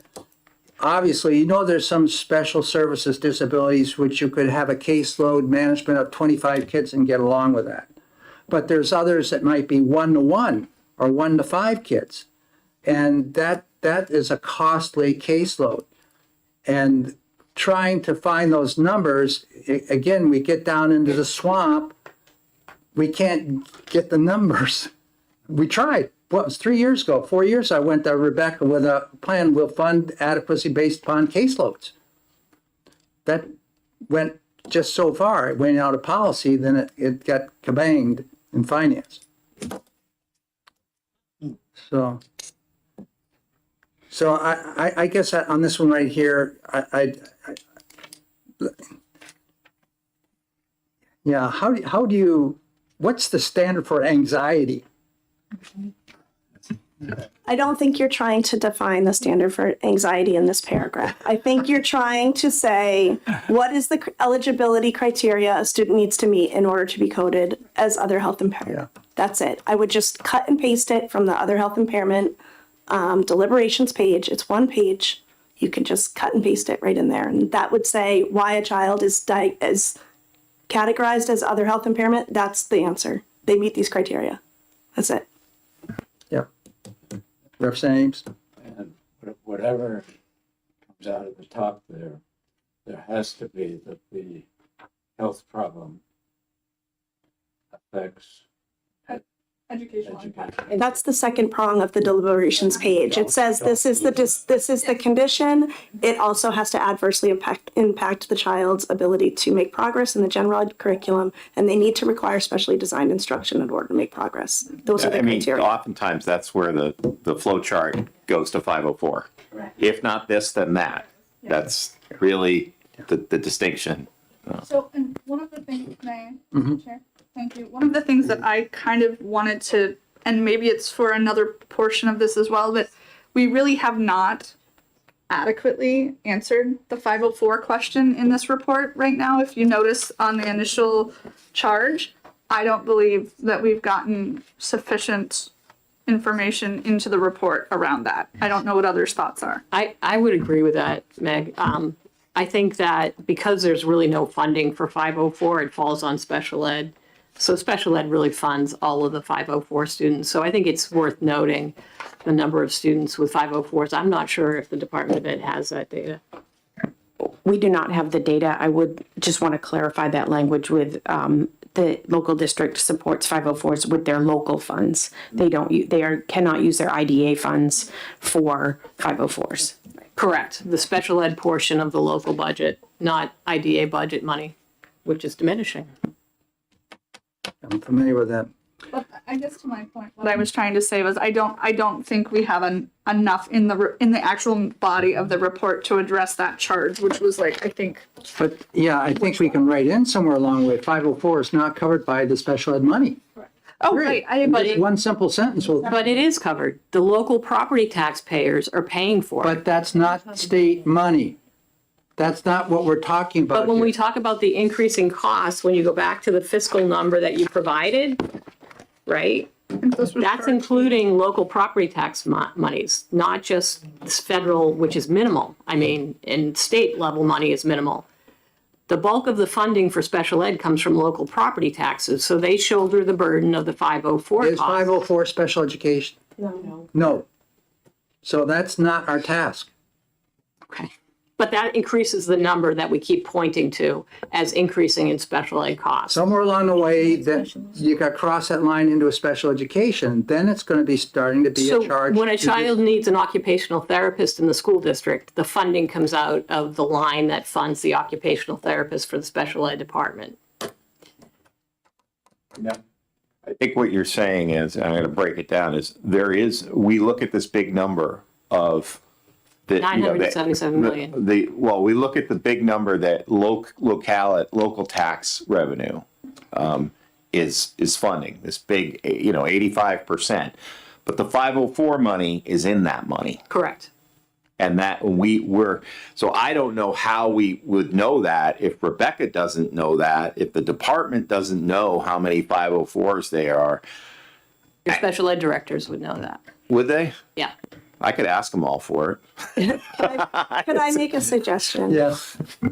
If we're going to be keeping a list of sort of outstanding questions, such as, what's the impact of going from ADMA to what's the impact of EFA? Could we also maybe perhaps just put a question that says, what is the impact of providing services under a 504 plan and how are individual districts accounting for that cost? I think that might be somewhere that we I could think just that's the put way, that. Becky, I think that's the way to do. Do we know how many kids have a 504 in the state? I don't think that's tracked anywhere specifically, to be perfectly It's honest, just other than at the temporary. local level. The local level, Oftentimes obviously, it's but temporary, right? A kid's been sometimes, hurt. sometimes, and but not always. medically at home in bed, and you have a para go to the house, take I care of the would kid. suggest that Sometimes, it's but not it's a always. huge number. Well, it's a I'm not huge- denying. I'm not. That's not my point. My question is There's a difference between a It's child. rarely temporary. There's a difference between a child potentially who qualifies for a 504 because they are on post-concussive protocol versus a child who has a 504 because they have leukemia, or a child I who had has that in school. I hemophilia. had that there were 4 kids riding the car, all were hurt severely, had to stay at home, way beyond concussion level type stuff, and neck injuries, spine injuries. And we provided 504 for those students in their individual homes when they were out of the hospital. But we had to pay for that transportation, the cost of the parent, all the costs associated with it. But it was a temporary issue. So now, if a student has a disabling condition and they don't have an educational impact, most often it goes to a 504 plan. So there is a considerable number of students that have 504 plans that are costly, and the local taxpayers are funding those. It's a really large number. I'm really getting tired of hearing disabling condition because there's It should no be definition disabilities. for this term anywhere Not disabilities. except in education rule. Yes. I cannot point you to the right data, but it has been pointed out to me that New Hampshire has the highest number of 504 plans. Second, I would say that it is not always a temporary thing. Yeah. 504 is to provide access. And so if you need accommodations for access, that could be that and this overlaps, you may have anxiety and you need accommodations to access your education. So there are a lot of different things beyond that temporary situation where you need a 504 plan that could be long-term, where you need accommodations to access your education. Thank you, Mr. Chair. I would also note too that it can be the case where students who have a 504 then transition to an IEP and vice versa. So things are very fluid with regard. That's why I felt like it needed to be mentioned in there a little bit more. Well, I think we can mention it, but I don't want to start saying that's special education. You have a number of kids on MTSB that are in tier 1, tier 2, graduating to tier 3, and now they're receiving services. But it's all the process prior to. But I think we go back to the 977 million, right? That's what's driving the purpose of this commission, is that exorbitant cost of 977 million. So teasing out what actually that 977 million funds is really critical. Does the department tease out that cost that's districts just piling 504 costs into that object code within their accounting process? I think this goes back to Yeah. I think this goes back to our previous discussions around trying to understand how districts are identifying costs in their line-by-line budgets and whether or not it's consistent from district to district. And I think Mr. Ford spoke about this at some point. There's a difference between the cost people are putting on the DOE 25, that's consistent across districts, versus a district who's going through their line-by-line budgets when they're making their budgets and making sure paraprofessionals who are for special ed are in one line and paraprofessionals who are in kindergarten are in another line. I think it's a very district to different, but it might be a question to consider moving forward as to how do we make sure that we're understanding how local districts are accounting for those costs. I think that's very important. So that might be something we want to add in here in this report somewhere, how they're accounting for these costs. Are they throwing a cost into special education, which is not a special education cost? Or is there a way to help districts to consistently put costs in certain lines for certain things? Is there a way to do that? I understand Jen's point, which is if you have an OT on your staff, are you then asking districts to divide up your OT's time and benefits and all of that and put some in your 1,200 lines, which are special ed, and some in your 1,100 lines, which are your regular ed? Are we asking every time a child's added onto a person's caseload, are you reaccounting for that cost? I don't know that that's reasonable, to be honest, but I think to understand how districts are doing it might be important for the legislature to be able to get a handle on, whether people have those thoughts in mind when they're creating their budgets. That's all. I don't know that it's reasonable to expect every district to do it exactly the same because every district is not exactly the same. If you're tuitioning kids out, like then you're starting to get really complicated in terms of that sort of thing. I think you have to be reasonable about what you're asking districts to do, but I also think it's important to understand what districts are doing so they can speak to you intelligently about what they're how they're accounting for those costs at the district level. I just think that somebody needs to ask them. And we have to find out what those costs are for the 504 plans. Special education's getting a negative rap. It's Agreed. costing so much for a portion of our enrolled population. It's a lot of money. And when you're talking about $1 billion, one out of every $4, but we're also wrapping into that cost all this other stuff. Let's try to take that out and find out what the actual costs for special education are. Exactly. And that's a hard one to do because when we're looking at other aspects of our budget, you're seeing the same thing occurring in administration. You're seeing the same thing for other teachers which are teaching multiple subjects. So it's the unfunded mandate, and Yeah. I would add to that preschool, right? Is preschool included in all of these numbers? Yes, for special ed. So do the students in preschool get adequacy money? They don't. So the local property. It's K through So 12. so students who are in preschool and are receiving special ed funding from local districts because they have an IEP. Right. The question is that number of student included in the overall number of students on this page? Yes. Yes, it is. But then if the numbers for overall students are K to 12, it is not including the preschool students. So that's a whole nother category that's leading up to that 977 million that's not accounted for. And the state does not provide adequacy. And the state, and the DOE does hold districts to certain standards for those students, and it's a considerable cost. I would just add this is where my kitchen table experience comes in. My wife teaches preschool. Half of her class are either they're in the process of eligibility for the first half of the year, but services are provided for a lot of those students day one, and so none of that. That's just I assume that money comes out of a special ed, but I mean, you would know, Dr. Dolph. Yeah. I mean, where does that money come from? The local special ed Correct. budget line. So it isn't a small dollar amount. And if districts are not doing what is required of them, the Department of Ed will step in and, you know, there will be sanctions. Mr. Chair, do we know thank you. Do we know the funding mechanisms for early intervention pre-K? Rebecca, do you know what some of those funding mechanisms are? We provide a very small amount of federal funds for preschool through IDA funds, and the rest is covered by the local district. Thank you. Mr. Chair, Yes.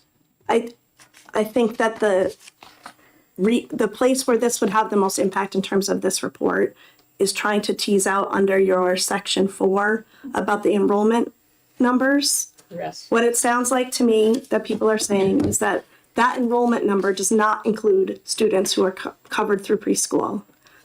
But the special ed numbers, where it says you have 30,000, et cetera, that does include preschool students with disabilities. So we again, that's just a place maybe to clarify that there's some The disagreement between preschool those kids, numbers. basically, they don't get any differentiated aid. They're not counted. No, They're not considered But they do enrolled. get IDA limited money. a tiny drop of what, I mean, just evaluating them costs twice as much as. 5.5% is all the IDA is giving us right now. Right. So Fortunately, we're so cognizant of But that. Yeah. It's- As an example, if I looked at this chart that we had given you for the October 1 count of 2024, it brings the number down if you take off the preschool students, it brings the number down to 29,920 students.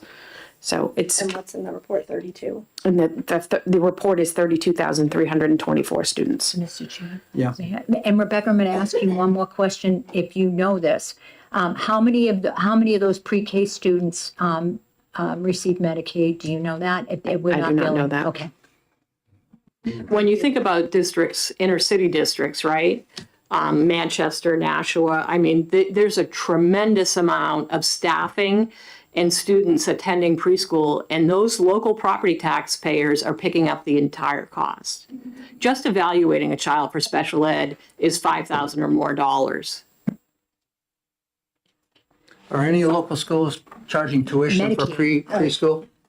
If you have an, Yes, if you yes. have an integrated Yes. preschool program where you're trying to maintain your 50-50 ratio, because that's what's required to be an approved program, then yes, your non-disabled peers, for lack of a better term in this context, those children are typically picked by lottery because there's not enough space for all the students that want to attend, and they pay their families pay a tuition to attend as they would for any community preschool. The students with disabilities who are included in that program, because that's where they're getting their services and that's the least restrictive environment, they're not charged a tuition. That's their free appropriate public education. Okay, so we have to work on this a little bit and maybe some of it thrown into it could be put in numerous places. So I think we ought to keep it all in one location though, so we don't lose sight of it. Let's go to the autism. Something easy. Something easy, yeah, yeah. In 2,000, 397 students, this is going back to your census report that you have, 1.3% of special education pupils received autism IEP services. In 2024, 3,990 pupils received autism IEP services. More children are getting diagnosed with autism than ever before. That the source for that is U.S. Centers for Disease Control and Prevention. That's where that came from. Nationally, 30 per 1,000 autism cases are estimated among 8-year-olds. Clinicians use criteria that has evolved over time, thus expanding the definition of the disorder. The American Academy of Pediatrics urges all children be screened for autism at 18 and 24 months. CDC surveillance now uses DSM-5 instead of 4. Some researchers and advocates have started using the term profound autism to describe cases among children with an IQ of less than 50 or who are minimally verbal or nonverbal. Around 27% of 8-year-olds with autism in the U.S. fit the description according to the most recent data estimates. Profound autism cases have ticked upward, but the much bigger rise has been in children with fewer impairments. Kids referred for an autism evaluation by a local school district IEP are now less likely to have intellectual disabilities or major language delays. And that's a quote from How Autism Cases Rose as Diagnosed Morphed Over Time, October 15, 2025. Mr. Chair. Yes. I just want to make sure that when we're talking about autism, just specifically here, and I just want to be very careful. DSM-5 actually categorizes autism by levels. So, right, 1, 2, 3, 4, and 5. So I just want to make sure that we're speaking from a place of what actually is referenced in the DSM. Profound autism, sorry. No, you're right. Go ahead. No, you're totally right. I just wanted to make a note that DSM criteria changed in 2013, going from, in the past, there were multiple categories. There was pervasive developmental disorder. There was Asperger's syndrome. There was all these other categories. That's all now gone under one umbrella, and that was in 2013. And I think that's also when these levels of support were incorporated. I share Representative Marty's concern about saying things like autism IEP services. That does not really, I don't know if that's really the way that people who are providing these services would title it that. You're getting services through an IEP. You may be also under the category of autism, but it's not, some students might have multiple disabilities. They might have, as we talked about earlier, they might have speech and language and autism. So autism IEP services is it's a term that I don't hear often. I don't know what the better term is, but I probably wouldn't say it in that particular way. Rebecca? Can I send some language on that? Because I think what would make more sense is, special students, who were identified as students with disabilities based on a diagnosis of autism. So I can send that. So, and that just makes it, you're identified as a student with a disability based on your diagnosis of autism. Rather than autism services. I don't know if you all saw the article. Again, the Wall Street Journal's been doing a lot of work on the area of autism. Again, yesterday they came out with another article regarding autism. And the issue is there's not enough professionals in this country that can address the issue of autism. So the number that we have, their cost for service is going up because of demand. And with that, the demand is impacting schools. And so autism is something, and of course, and there's a lot of other articles which we've had before dealing with the fraud in this. So it's an area that I think as a state we should be aware of too. I was just hoping prior to our getting to July 1, we would have the special education performance audit report before us. Yeah, you're going to need it because it's probably over 800 pages now, folks. But Good beach material. yeah, there you go. Take it to In the Myrtle Beach lounge, with you. yeah. For sure on Yeah.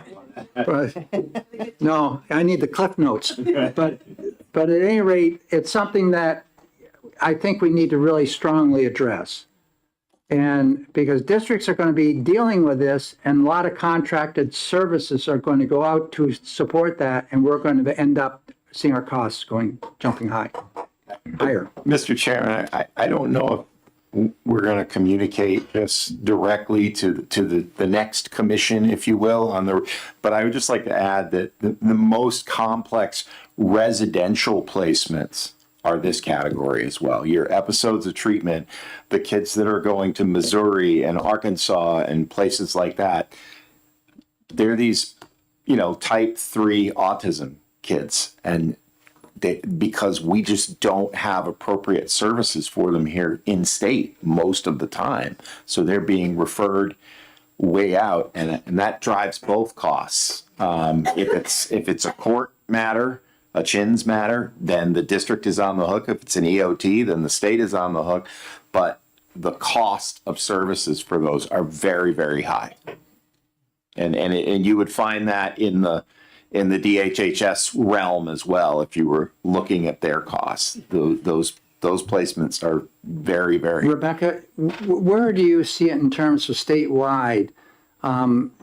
Is that number of students with autism, to me, it's much different than when I was a school principal and how we're identifying. We used to, when we got the WIS score and it was below 80, we started really thinking but now we're talking below 50, and you have students which aren't verbal, you have students that are screaming and shouting. You see those unfortunate situations when you're shopping at Hannaford or wherever now.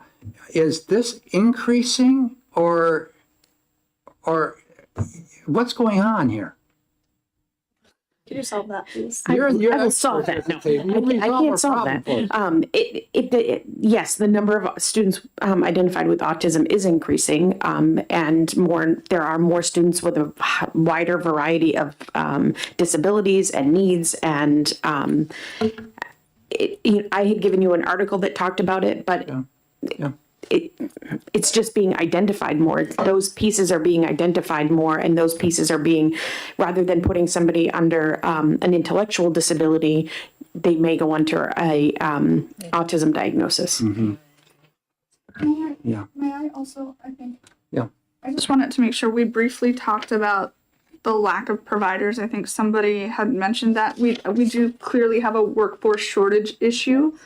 And I think that we have talked about certain circumstances, whether it is vertical or horizontal alignment planning with our higher education partners to prepare incoming teacher education prep programs. I think we had talked about that at one point.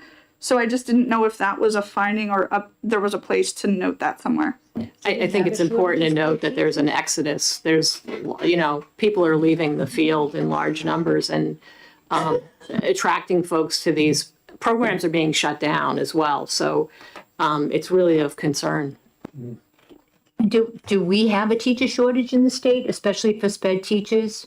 We do. Does anyone have the numbers? We New Hampshire's don't had- necessarily have a shortage of certified teachers, but we do have shortages in science, math, special education. Special ed's been a critical shortage Yes, area for yes. decades. We do have a shortage of teachers. We have certified teachers, but those that are actually working in the field is different. So people who have been certified as teachers are leaving the field in large numbers. So yes, they're certified under the DOE, doesn't mean that they have a job and they're working in the field. And we were also very critically short of paras, which is something that's been a years long endeavor to try to attract paras. We don't pay a living wage for paras. So if you look at the intellectual disability category, that is, actually it's declining. But you look at this autism, it's increasing. So is that then taking the profoundly disabled child and swing emotionally handicapped child and bringing them over underneath this now? Or how's that working, Becky? I don't know that you can make a one-to-one. Now, is there a relationship in what's going on in the I mean, of trends here? course. I think as the field in general has gotten better about diagnosing things appropriately. I mean, in the past, in order to, if you were nonverbal, there was not necessarily an understanding in the field about the potential reasons you could be nonverbal. It was just you must be intellectually disabled, right? If you couldn't perform well on your whatever the test is that I think you mentioned the WISC earlier, then clearly you must, it's like when we switched from mental retardation to intellectual disability. I mean, there's a lot of changes have happened in the field over the last few decades. Of course there are. So yes, of course, as we've become different at identifying what's a true intellectual disability versus perhaps a expressive speech and language issue. Maybe you just can't get your words out in the way that people were expecting you to. That doesn't necessarily mean you have an intellectual disability. You might have a communication disorder. There's a lot of places in where that has changed. And I think autism has expanded what qualifies as autism. And so a lot of students that in the past maybe would have fallen under one of these other categories now do fall under autism. And maybe that's, more highly regarded when you become an adult to be on the autism spectrum than it is to be an adult with some other disability.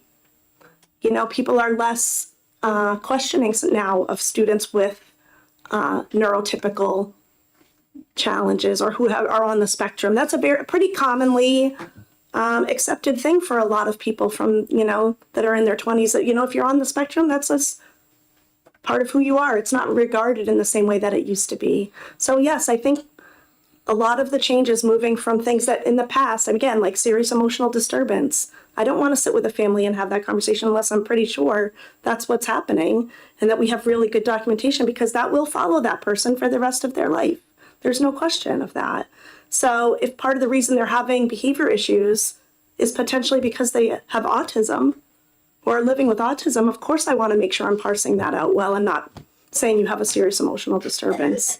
We want to do a good job with families and with kids when we're having those conversations. So sure. Do I think that that's changed the categories? Yes, of course I do. But people have gotten different at diagnosing things in the medical field and in the educational field. We don't take people with dyslexia, for example. In the past, those students might be in the same room with people with, profound disability and really intensive needs just because they couldn't do what we were asking them to do in the regular ed classroom. We've done a better job. Yes. And I think if I may, I just want to be clear here that when we're talking about inclusion matters in this conversation as well, because we are talking about gaining, to Becky's point, we've gained more knowledge and more information that allows us to better identify students with disabilities and who are among their peers communicating in different ways. Though they may be nonverbal, there are other technologies or devices they may use to be able to communicate with their peers. And while we're making choices about what to do with our school buildings and allocate building aid and those types of things also, it includes a vision and a forethought to make sure that our students are in the classroom with their peers.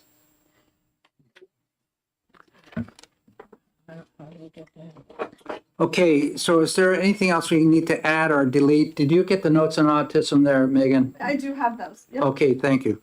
So let's go on down to intervention strategies, item 6. Can I just make one point? Yes, Before we move on, is that? Yeah, I mean, we've given all the categories, but if you go back to the 977 million, there are students that fall under another category. Meaning students who have a disabling condition or whatever the terminology is that allows them to receive those funds. I guess I'm arguing that maybe a bullet for that would be appropriate if that is the charge of this committee. I think we do talk about that in a different. I think you're listing all the conditions, right? That result in funding for special education. well, we haven't listed them all, no. We've identified them, You didn't list it all but 14. we've only dealt with the Okay, ones that are have the majority of students or significantly under the gun right now, or, you know.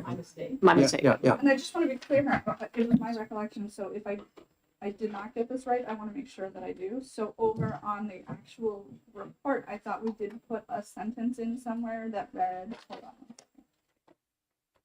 second. That the New Hampshire Department of Education statewide census by disability does not include students who are served by an EFA. Okay, thank you. Cool. Okay, anything further then on, let's go on 6, intervention strategies.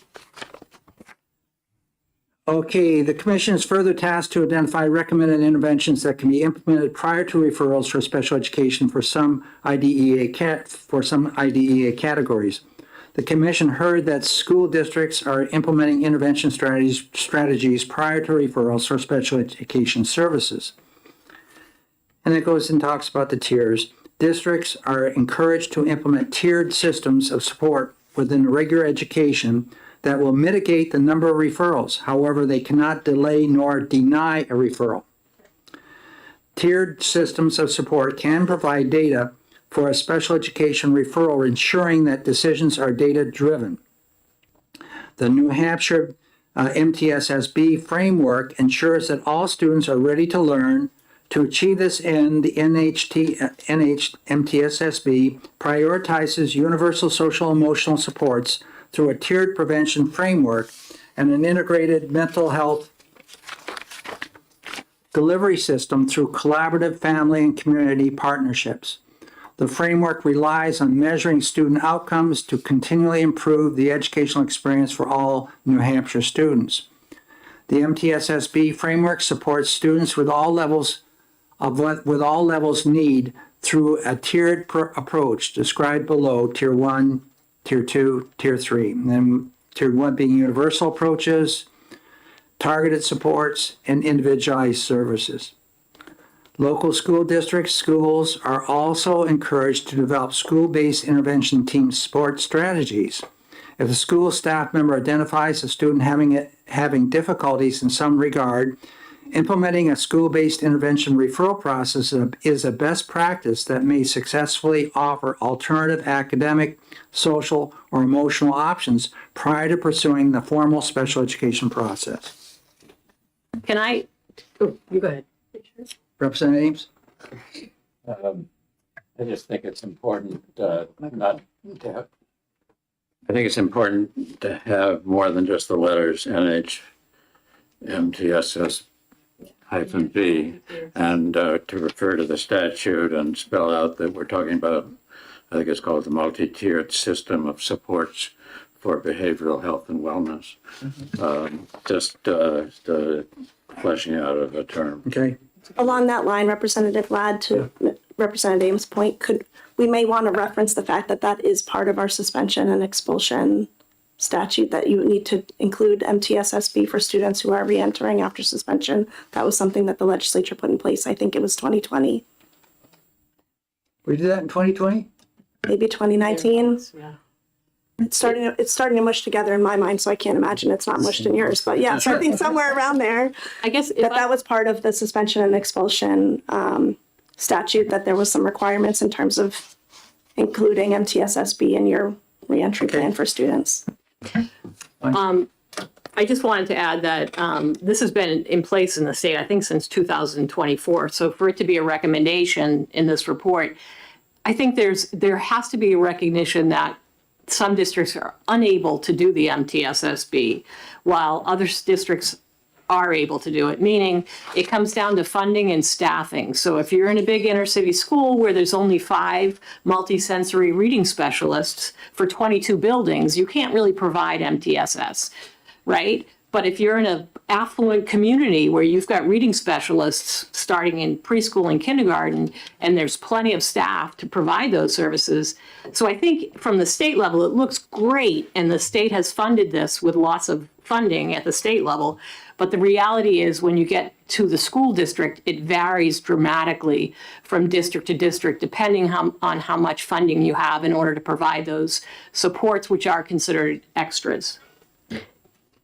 Can I just clarify that the MTSSB references behavioral supports? Right. MTSSA is what you would be referencing in regards to reading and reading specialist support. So is this just MTSSB we're advocating for, or are we also advocating for academic supports so students aren't? So in the first bullet, it does discuss academics, and then it specifically discusses MTSB in the second bullet. So it is being recommended in the first bullet. So both the MTSSA and the MTSSB, which is all part of an RTI system that started in the 90s, the triangle that we all fixate on in public education, it really depends with both of those areas on whether or not you have the funding to staff this. And as I said before, there are some districts that have 22 or more buildings with only 5 reading specialists, right? That makes it hard to provide supports for the thousands of students that are in that district. Whereas if you go to a very affluent community, there are reading specialists galore or social emotional providers that can go in and provide those supports. So it's really, on paper, it looks great. But I do think that, really painting a picture of what's going on in our schools, it's dramatically different district to district. So you're really talking about the outcome or the recommendation that we make, which would come in underneath recommendations.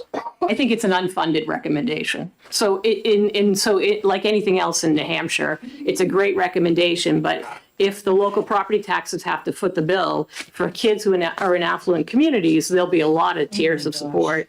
If there are students in inner city districts where there is very few supports in place, those students are not going to. So it looks great on paper and it's a great recommendation. But again, it costs a considerable amount of money. Are there other methodologies for intervention that may not be MTSSB? I would say yes, there are. Mr. Chairman, I would agree. I mean, insurance-based services, fast forward through DHHS, which is purely Medicaid money, those things actually can offset some of these costs. The system of care was established to, I'm not saying it does, I'm saying it was established to address some of these things and be this bridge between the home and the school. And I can't tell you the number of times I have told school personnel, you're free to make a referral to fast forward if the parent agrees to it. Parent says, yes, do it. And that's for the social emotional component, and it's not in the schools, and that's not a local cost. That would be B, not A. Yeah. So we're clear, yeah. And again, that's not in even the B is not in the schools. That's when a student rises to the level of needing state level supports. No, they will go in schools. Oh, They will go in schools if the schools will let them in. That's another topic, but Yes. One other area of, and I don't know if should be included in here with the, I just lost in 6, correct? That's where we're at, 6. Yeah. With interventions would also be the screener for dyslexia. would we consider that an intervention strategy? I mean, No, that's a screener just to identify the kindergarten requirement that we evaluate every child for dyslexia. well, it's K3. Right. So it's definitely a way of identifying students. It's not an intervention in the sense that we're actually actively trying to remediate something. We're identifying, Early identifier. yeah. Got it. See, we're talking about putting dollars here on the front side, not for special education services, but we're hoping that putting a dollar on the front side, we're going to eliminate the costs associated with special education. Yes. I don't know that it's appropriate to include it in the report necessarily, but I do think there's a conversation to be had about, moving forward, the legislature's ability to try to prioritize things like intervention services prior to whatever other response schools are giving. I think you've done that in the past, but there's also been a number of bills to try to limit schools' abilities to do things like PBIS, for example, and I hate to use that, but positive behavioral interventions and support, universal systems for teaching appropriate behavior, universal screenings, things like that for whatever your academic needs may be. I think there's been a number of bills the last several sessions around trying to thread the needle between teaching appropriate behavior for students when they're getting into the school system and trying to figure out which kids just haven't had the opportunity to learn those things or which students might need actual intervention before it gets to the point of impacting their ability to learn. I just think, as well as academically, how do we screen all students? How do we make sure we have good consent for that, but are able to really do those things with students and make sure that we do know who might be at risk for needing supports later, behaviorally or academically? How do we, where is the sweet spot for public schools around some of those things? Because I think there's been some mixed messages, I guess I'll say, from some committees about the education's role in that, public education's, ability to do some of those things with good intent of trying to prevent students from getting, misidentifying students because there's a mismatch of instruction or perhaps, not good differentiation in the classroom or not universal design for learning or whatever there is. So I don't think that maybe this is not the appropriate place to put that, but I think in terms of long-term conversations, the stronger we can make those systems, the more accurate we will be when students are identified under special ed, because we will have teased out some of these other issues that are potentially about a mismatch of instruction or a kid who just doesn't get algebra but is great with math every other way. That was one of the recommendations that was in the Edumonics lab report when they said looking ahead. I'll read it. It said, improving reading instruction may help reduce referrals for reading-related disabilities and benefit all kids.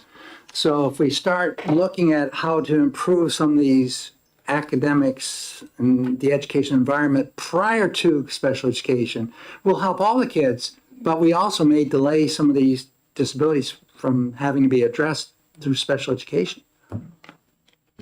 You would be able to be pretty confident when you get to this place of determining eligibility and evaluation review that you're really reflecting the student's true needs versus perhaps an environmental mismatch. I'll use that term, I guess. But it's also true with behavioral needs. And I think to the point that we've been discussing all morning, the categories that are increasing are not necessarily the academic disability categories. They're the behavioral, mental health, those kinds of impacts on students' ability to learn. So I think we have to be equally willing to consider ways that we can work with kids in that way prior to identifying them under special education. Well, I think somewhere we ought to make a note under this interventions portion, but maybe underneath a recommendation later on that additional support to intervention strategies will help offset perhaps some of those students which are being qualified as having a disability. May get it early. I know that happened to my own son. He was told that he had a speech pathology issue. Well, he was young and immature and didn't want to talk because people made fun of him, so I won't say anything. Then, he becomes more like a mute, not talking for anything. And now he's financial manager. And so I think that there's strategies that will help offset, and that's intervention and the funding and having the proper personnel to identify, even if it's just an intervention process where you bring your teachers together like I did once a week to discuss those referrals. It works. I've got to go to another meeting, so I apologize. I guess my question is it okay if I ask this before I leave?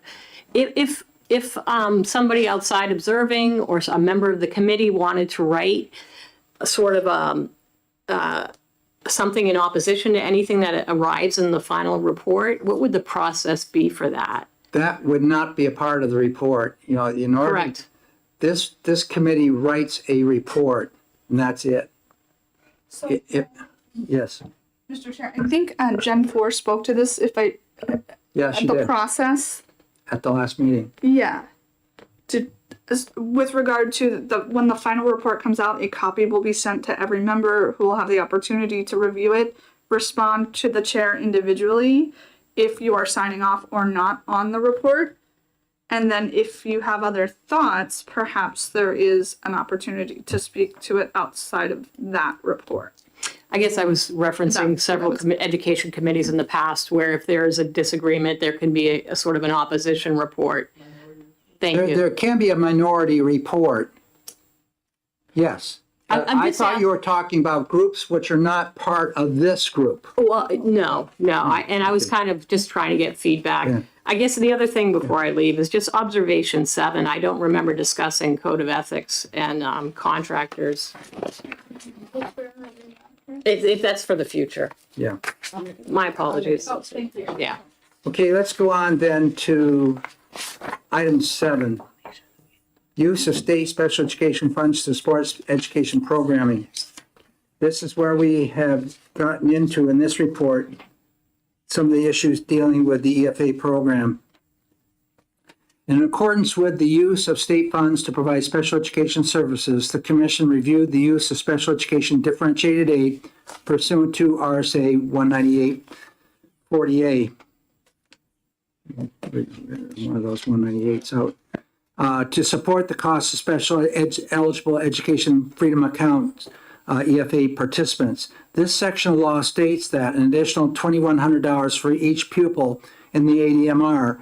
Now, the $2,100 is what's in law, but it's since been increased by COLA. So it's higher than that now. I think it's $2,185. $2,100 for each pupil in the ADMR who is receiving special education services anytime during this determination year. Within RSA 194F, it is also stated that the Commissioner of the Department of Education shall transfer to the scholarship organization the per pupil adequate education grant amount under 19840A, plus any differentiated aid that would have been provided to a public school for that eligible student. Quote, evidence of the eligibility for the purpose of differentiated aid received by an EFA student may be documented by providing a copy of the student's IEP developed by a public school district. However, as reflected in January 24 Education Freedom Accounts NHED New Hampshire Education Department fact sheet, to qualify for special education, the EFA student may also meet the requirements of a child with a disabling condition, as defined in 34 CFR, it goes to 300.1. This fact sheet conflicts with Part EDEE 804 EFA funds and disbursement, Section F, which states, a pupil with a disabling condition as determined by a medical professional license in any state in the United States in accordance with ED 804.01C shall not be considered a child with a disability through an appropriate evaluation in accordance with 34 CFR, goes on, and as such does not qualify for equitable service funds pursuant to 34 CFR. Under RSA 19840A, differentiated aid shall be allocated to each pupil who is receiving special education services. Lastly, differentiated aid is based upon a current IEP that is reviewed annually and fully reevaluated at least every 3 years. The IEP individual education program is legally mandated, is a legally mandated document pursuant to IDEA that guarantees special instruction, accommodations, and related services for eligible pupils. You skipped with- over a line. I did? Yes. Okay, This may not be the case for a disabling condition as used okay, in the EFA okay, program. okay, yeah. That's a little different than the answer that I Yeah, got. so what I put in there is what I've taken out of rule, but I'm put back by the rule.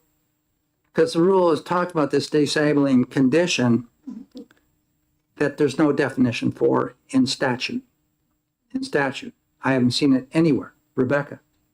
I just wanted to, that was louder than I thought, sorry. I just wanted to clarify on the fact sheet, I don't have it in front of me, but I believe what it's saying is that you could qualify for a disabling condition based on the 13 categories if the doctor says that you have one of those 13 categories. So maybe the language isn't clear, but it's not, it's saying that your doctor or your health provider could say this student qualifies based on a specific learning disability. So I would have to look at the language, but I think that was what it was referencing, is that if that health professional wanted to pick one of those 13 categories, they could, but it also could be something else that the healthcare professional has determined. So I'd like to, I really want to wrap my very small brain around this very significantly. Because what I'm seeing, first off, I think this language is just so conflicting on so many levels. I mean, oh my gosh, we want to talk about a word salad. This is it. But what I'm understanding this to say is that, as determined by a medical professional licensed in any state, shall not be considered a child with a disability through an appropriate evaluation, and as such does not qualify for the equitable services funds pursuant to 34 CFA, or et cetera, et cetera. Correct. So what I'm understanding and what we had discussed, and I had stated erroneously, but now I don't think I was really that much in error, is that if a child has an existing IEP and enters into the EFA program, takes that IEP with them, then they would receive the differentiated aid. Yeah. However, if that child never has an IEP, utilizes an EFA, then they wouldn't qualify. Am I correct in that assumption? Partially. Partially. There you go. So I have a sticker here that says the answer is it depends. Right. So if the first half of what you said was correct, that if a child had an IEP when they were in a public school and they went to the EFA program, they brought their documentation with them, then yes, they would qualify for then that after aid. 3 years, they have to Yes. be reevaluated. However, No. no. There's not, that There's no goes more away. reevaluation when they Right. opt out of the public school system. Correct. Okay. They can just use it to show that they have been identified as a student with a disability. Sure. However, there's the other language in there that says that there's two things that you brought up. One of them is that you have a disabling condition that can be identified by a medical professional and they can qualify for the same benefits as a student who was identified as a student with disability. Okay. What the part you're questioning is, if a student is identified through an EFA process as having a disabling condition, that does not mean that they qualify for IDEA and that they would receive services if they went back to a school. That's right, yeah. That's what it's trying to say, is that yes, you may That I have a did disabling condition, Right. but that does not mean you qualify for IDEA. Because if you qualified for IDEA, it then falls into another category that we're not going to get into with equitable services. Right. But it's clarifying that you may get money for this because of your disabling condition, but you cannot come back and say that you qualify for special education under IDEA based on that disabling condition. It wouldn't guarantee the reverse, basically, that if a parent then brought that disabling condition paperwork to a school and said, I want special ed, it's not it doesn't work in that reverse that way Right, either. no, and understandably so. Okay, so And I really wasn't that far off. No, you were not. And I think also for school districts. Because that is like, I was reading this last night and I said, wait a minute. Back up, I even wrote it down because that's how I learn. Wait, let me write this out. Let me see if I'm understanding this. And I actually had a conversation with the peer who agreed with me that this is the most conflicting language I've ever seen. Right. So thank I you. also think it's in some ways trying to spell it out for a school district's perspective, because when we're doing our IDEA grant allocations and trying to make sure we're covering students who are in private schools that qualify for a certain amount of funding, things like that, the EFA students don't qualify for any of Sure. those monies. Yeah, thank So I you. think it's also to Okay. try to clarify for the school district's perspective that you're not setting aside money. Why don't we just say that? If I they mean, don't that would just, qualify. I mean, it's the legislature. I don't know what the answer to that I is. didn't write it. Thank you so much. Megan, what's this? Yeah. Thank you, Mr. Chair. The other thing I was curious about, and I don't know whether it's worth saying in the findings, I think it should belong in the findings. I don't know if it also should have a recommendation with it. That's another matter. So it's my understanding that IEPs are reviewed annually, correct? Yes. And so if a student a family using an IEP has one that is outside of 1 year, or perhaps 3 years old, 4 years old, 5 years old, are they still able to use that to gain EFA funds? What, what we heard from because I asked him some questions about this, the fellow from the scholarship company. Yeah, he said that every year they have to supply something from a doctor to qualify for each year. So it's somewhat parallel to what we would do with an IEP review, but again, lower threshold than an IEP. And you know, one of the parts that is, if it helps explain it, is a student could have, and I don't know whether this has happened or not, but a student could have been denied an IEP in public school.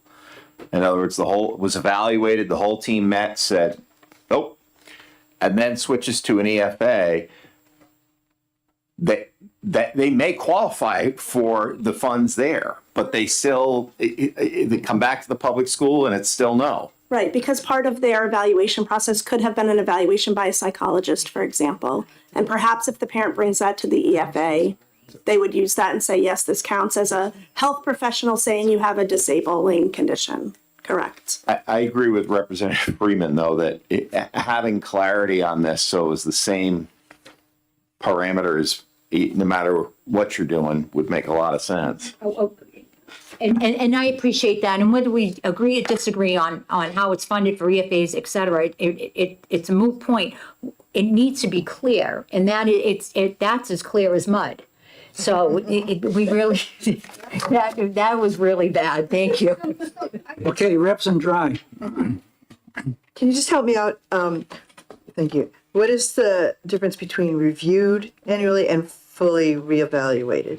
And who does it? The special education, the IEP team is required to review and update the IEP every year to update goals, Right. Services, et cetera, no less than annually. So you can't go longer than 1 year. You can do it as much as you want, but not every 3 years. You have to do a full evaluation of the student to make sure they still continue to be eligible or not. Follow up. Is that done by that same group that's in the 1100 rules? Yeah, yes. And there are times where, at the 3-year mark, you might say, well, we had them identified under this category, but we have some questions about whether they may fall under another category now or their needs have changed. So you're doing the reevaluation process to determine eligibility and make sure you're still qualifying the student under the correct category. Okay. You might change over time. Okay, thank you. Representative Ames. Yeah, there's a part of this that I just don't understand. And it is the passage of time for a kid who started out in the public school system and was identified as a child needing special education to address some disabling condition, just through whatever process there was in the school district. So that child, now a third grader, let's say, is identified and gets an ISP, and then a year later moves to a private school with an EFA, and is still an active, let's call it, is still in the first year or so, or is maybe even had a review year from the public school, and the child comes over and continues to maybe get some services, but also, and we could talk about that, but also is qualified, counted in terms of differentiated aid, and that money flows to the private school. So time passes, and what I just was hearing was that, let's say 4 years out, same child, doing great, no sign of any disability that's interfering with education, not getting any special services of any sort, and yet the money still flows. Okay, Dick, I want to try to get right to the target where you're coming from, because I'm agreeing with you. Yeah, When I look at 19848, you're very familiar with, that's the cost of an opportunity of an adequate education. And under that section, there's a section which we've dealt with this last year dealing with base adequacy is there, base cost, and then you have the three differentiated aid components that are included within 19848. Item D within that section 2, Roman 2, deals with, and I'll read it to you, an additional $2,100 since it's been changed because of the COLA. $2,100 for each pupil in the ADMR who is receiving special education services. Now, during that year, sometime during that year, is a student with a disabling condition receiving special education services? Not necessarily. And Well, that, I think, yeah. well, I think there's some confusion, because I just want to clarify that when a school building or a school is getting differentiated aid based on the number of students who are receiving special ed services, that money is not tied to an individual student. That money is going to the school because you're assuming, because you have X number of students who have free and reduced lunch, because you have X number of students who have special ed, you have more needs in your building and you need more resources. So this money is going to your school so you can provide more resources. Becky, that's not my question. But that is where it is different, because for the EFA, it's going to the individual child, right? That money, I'm looking at statute. I understand that, and I mentioned it yesterday, this money is not targeted money. Correct. How it's used doesn't matter to me. What matters to me is what the statute says. The statute says this differentiated aid is allocated for a person that's receiving special education services. They are receiving what? A disabling condition that doesn't talk about special education services, which are not matched with an IEP. There's no test for an EFA student to have to meet to say they have a disabling condition and it impacts their education. This piece is missing from the EFA. All they have to do is say they have a disabling condition. It doesn't have to impact their ability to So learn how are whatsoever. they getting that money then if they're not providing special education services? They are for some kids that have the IEP. We got the numbers yesterday. EFAs do have kids with legit IEPs, but they have the other large portion that are under this disabling condition that during the time of the year that they're receiving their education programming, there's no accountability, no documentation of any kind of services provided, special education services provided. And then, yes, and you can hear from Matt Southerton that at the end of the year, they have to go get that medical condition, as you just mentioned, recertified.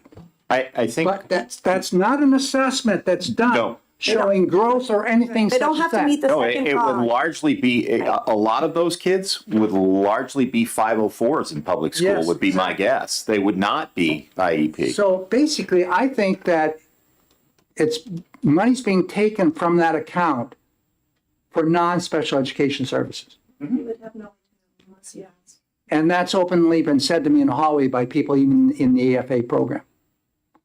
So I think we have to make some recommendations here because we're talking about the costing of special education services.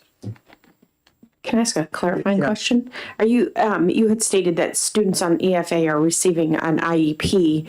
They technically would not qualify for an IEP unless they are in another public school. If they are in a non-public school, they only qualify for what's called an ISP, which is an individual service plan, and they qualify for equitable services, which is a very limited amount of funding that is provided to those students. And once the money is gone, they don't receive anything beyond that. So just to, You're taking it a step further. I'm just clarifying that you wouldn't, like an EFA student, unless they're in another public school, does not qualify for an IEP. They would not be in the number of students with an IEP. Let me say this, they should not be in the number of students with an active IEP. May I ask Yes. a clarifying question around that? Thank you. So are we saying it's possible for a student to receive EFA funds and attend a public school? Yes. Yes. If the public school's an EFA service provider. So it is possible then that under that realm that a student might have an IEP? Yes, we actually reach out to our federal partners at the Office of Special Education Programs to clarify if that would be the case. And if you have open enrollment or you allow students to use their EFA to go to another public school, the district of residence remains responsible for special education for that student when they enroll in another public school. Oh, that's right. So, yeah, of course, we have statutory language for that as well. That was put in effect back in the 1990s on the open enrollment. That's nothing new.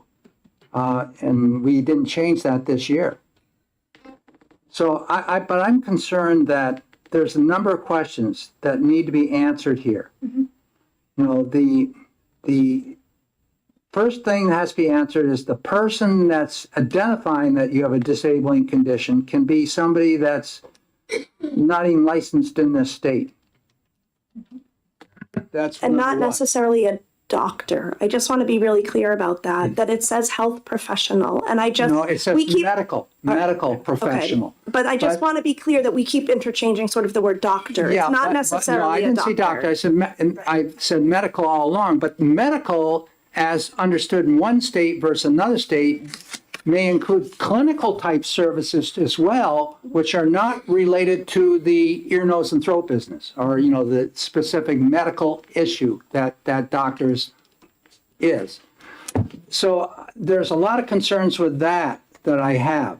I don't like the idea of accepting licensure from other states, and I don't think that's the position of Mr. Appleby over at the department as well. That if you want to be a teacher in this state, you're going to have to get teacher certification in the state or come from a state where you have a relationship with that their certification meets our standards, because we're seeing states dropping the standards, the academic standards for teachers throughout this country, and we're not going with it. We're maintaining our standards. I don't want to see that occurring in special education, and I see it occurring in this. I think a child that has a special education IEP and is receiving special education services should receive that support if they're in the FA program or any other program. But these students, disabling condition doesn't do it for me. And I've been pretty vocal about that in all the meetings I've been attending and in my party as well. That we need to really get this, so it has to be a recommendation of some kind coming out here. We need definition on this. We need further work done on what is a disabling condition, not not in the administrative rule. The administrative rule says everything that's a category of under IDEA is part of a disabling condition or a definition of.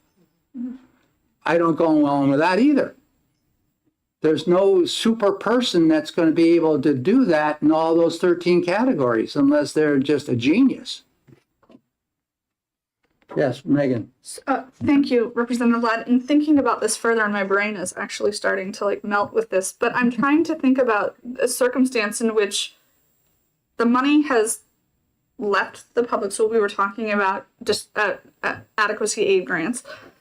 And it goes into the My Class wallet, or whatever it is, the class wallet, for an individual, while a student is then still in the public school building, but it has now been removed, and it's sitting in the class wallet, and does not necessarily then get applied to the services that the student is receiving. Am I understanding that correct? It's more complicated. Well, than that. no, I think I'm understanding that actually correct, because the money is sitting over here in a different pot, not being necessarily used for the services while the student is participating in the EFA program but attending a public school. I don't know. The new public schools, ADM. I don't know. I mean, ADM. I don't know. And so I guess my secondary question is, then it's my understanding then, so in that circumstance, the IEP can be used, but it's also my understanding that it can be used outside of that setting when a student is, and it does not appear that it has to be a current one to receive that adequacy aid grant going into the My Class wallet.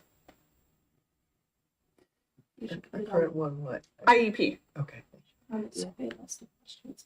Yeah, so that money is leaving and sitting over here.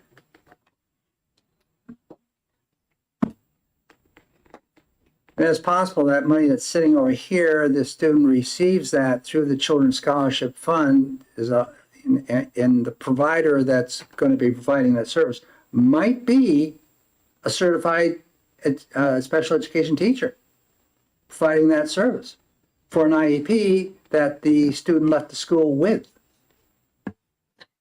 They'd have to be I think they'd have to qualify as a service provider through the EFA program. Yes, In order to yeah. access, right, so they would have to seek out that, Vendor. certification through the EFA program that they were a qualified person to do whatever it is.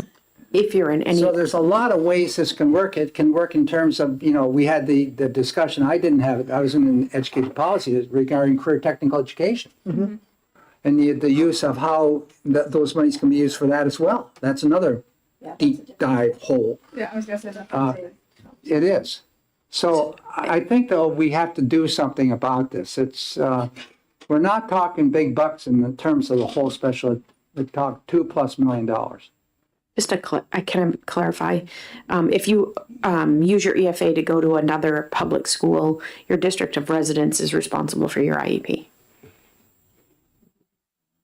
But then that The student gets the money. but the student still The gets district is responsible for special education. Your district of residence is responsible for special education, but the money has already been allocated. but they still get their EFA funding, yes. Okay. Mr. Chairman, Yes. I mean, we're going to produce some kind of recommendation on this, I think is what you're getting at. Yeah. And I don't know if the committee would consider, suggesting that the scholarship students that do not come with an IEP have to show that second prong of the eligibility, which is, does it have an educational impact? Because I would note, and I personally believe we should have every flavor of education we can get, but the vast number of folks utilizing EFAs, those kids are not in either public schools or special ed schools certified by the department. So if we're saying you have a disability, but you can go here instead where they do not meet the criteria to provide services, right? They're not certified by the department as a special ed school. It seems a little counterintuitive, but I think the idea of just, you got to meet the same criteria no matter who you are, no matter which road you pick, you got to drive on the, you got to drive on the right-hand side of the road. You can't, I don't know what the exact answer is, but that second prong in eligibility is really where you would say there's a need. That, in other words, if you meet that second prong, then that defines need, an academic need. That's Chairman just my thought. Right? I don't disagree at all with what Tim is saying. I would just want to be mindful that in order to meet that second prong, that we are considerate of the fact that if students who are currently being served through the EFA program have to go back to a district to be evaluated, the resource draw that is going to cause on local districts to try to manage that process is going to be financially and just resource-wise That's the conversation we had yesterday. unreasonable. So I don't disagree at all with what Tim is saying, but I do think we just What I would hate is for that group of students who are currently under this other program to come back and put that onto the local district, I think would be Well, unreasonable. in other words, to spend $5,000 to evaluate a kid to give them $2,000 that just doesn't make a lot of sense. We just don't have the staff capacity, to be Yeah. perfectly honest. We already don't, it's already a resource draw at the local level. So if that influx of students were to have to come back to their district to be evaluated, We don't. personally think is unreasonable. But I think Is there there might some be a way way that to do it some the other way. children's scholarship folks would be able to know that? That they would have some, We had a discussion with them yesterday here. Yeah. On the oversight committee, and we came down, what Becky just said is exactly where we were. Somebody's gonna have to provide that service. It's gonna come back and haunt the resident district. We just don't have the. Yeah, there's a cost there. But this is a significant issue, and I think that the letter which came from the department, the report, which gave the two options for a student to receive that support. First one's fine, where it talks about the IEP. The student already has a legit IEP, current IEP. The second part, though, is if they've been assessed by a licensed medical professional anywhere in the United States, period. The rest of that sentence is not put in that technical advisory at all. And that, to me, is too ambiguous. And it doesn't provide what the standards are, what doesn't provide what the conditions for licensure are. So I think we got to make a recommendation of some kind here. I think we're also getting pretty close to a lunch break here. Right. And I would just be mindful that folks are available to stay for the rest of this conversation, because we won't have a quorum either. So please, Yeah. if we're breaking for No, lunch. we're turning into a study group now. Don't mind. Yeah, yeah. I'm part of that. But we're fine now. We have a What? quorum now. Well, no, we don't. No, we One, lost two, three, 4, 5, 6, 6. seven 7. over there. Oh, yeah. We do. Oh, yeah. We do You have a count. quorum. I checked. I tried to matter. Come on, Tim. coming off. Yeah. So I'm wondering if, excuse me, if we can sort of, in a recommendation, kick the can down the road and recommend, I don't know whether this is the best approach, that the Commissioner of Education be asked to put together a task force and provide recommendations for kids in these various circumstances that we've just been discussing, and how differentiated aid would interplay with those situations. I think that's what we got to do. That's probably going to be kicking the can down the road, but I don't think we know enough about what the results of a motion may end up on the local district or Maybe we put on a a kid. note of urgency in it, a time urgency, that significant money is involved in this, and we need to get clear answers on the rules that apply to receiving and spending the money. Let's leave it at that for right now. Okay. So I think we need to take a break here. We need to come back here and try to work through some of this because we're not there. We haven't got the recommendations. Yeah, I agree. We should take a break. I just want to say for myself that I'm going to be out of this state and out of touch starting next week on Monday, Tuesday. I'm in the same boat. Same vote. So, good. Yeah. See you on Saturday and Sunday, huh? And Dick, you and I are not coming back either. That's right. So Yeah. should we just take a brief recess for what? 20 minutes? 30 minutes? Half an hour? Let's take a half hour I break. can be available until about 1:15, and then I do need to go to another meeting. Okay. So we will. So let's take a break right now. It's What time is, I can't see the clock. Let's, 12:30. Yeah. Recess until 12:30. 12:30. 12:30, so Yeah. It did say we have to study the cost, but it didn't say we have to solve them. Yeah. We gotta move quickly. I'm like typing as fast. We're getting hung up on $2 million out of 977. Yeah, yeah. But sometimes we have to say, it needs to be looked at. Well, see, this July 1, I thought the report was going to be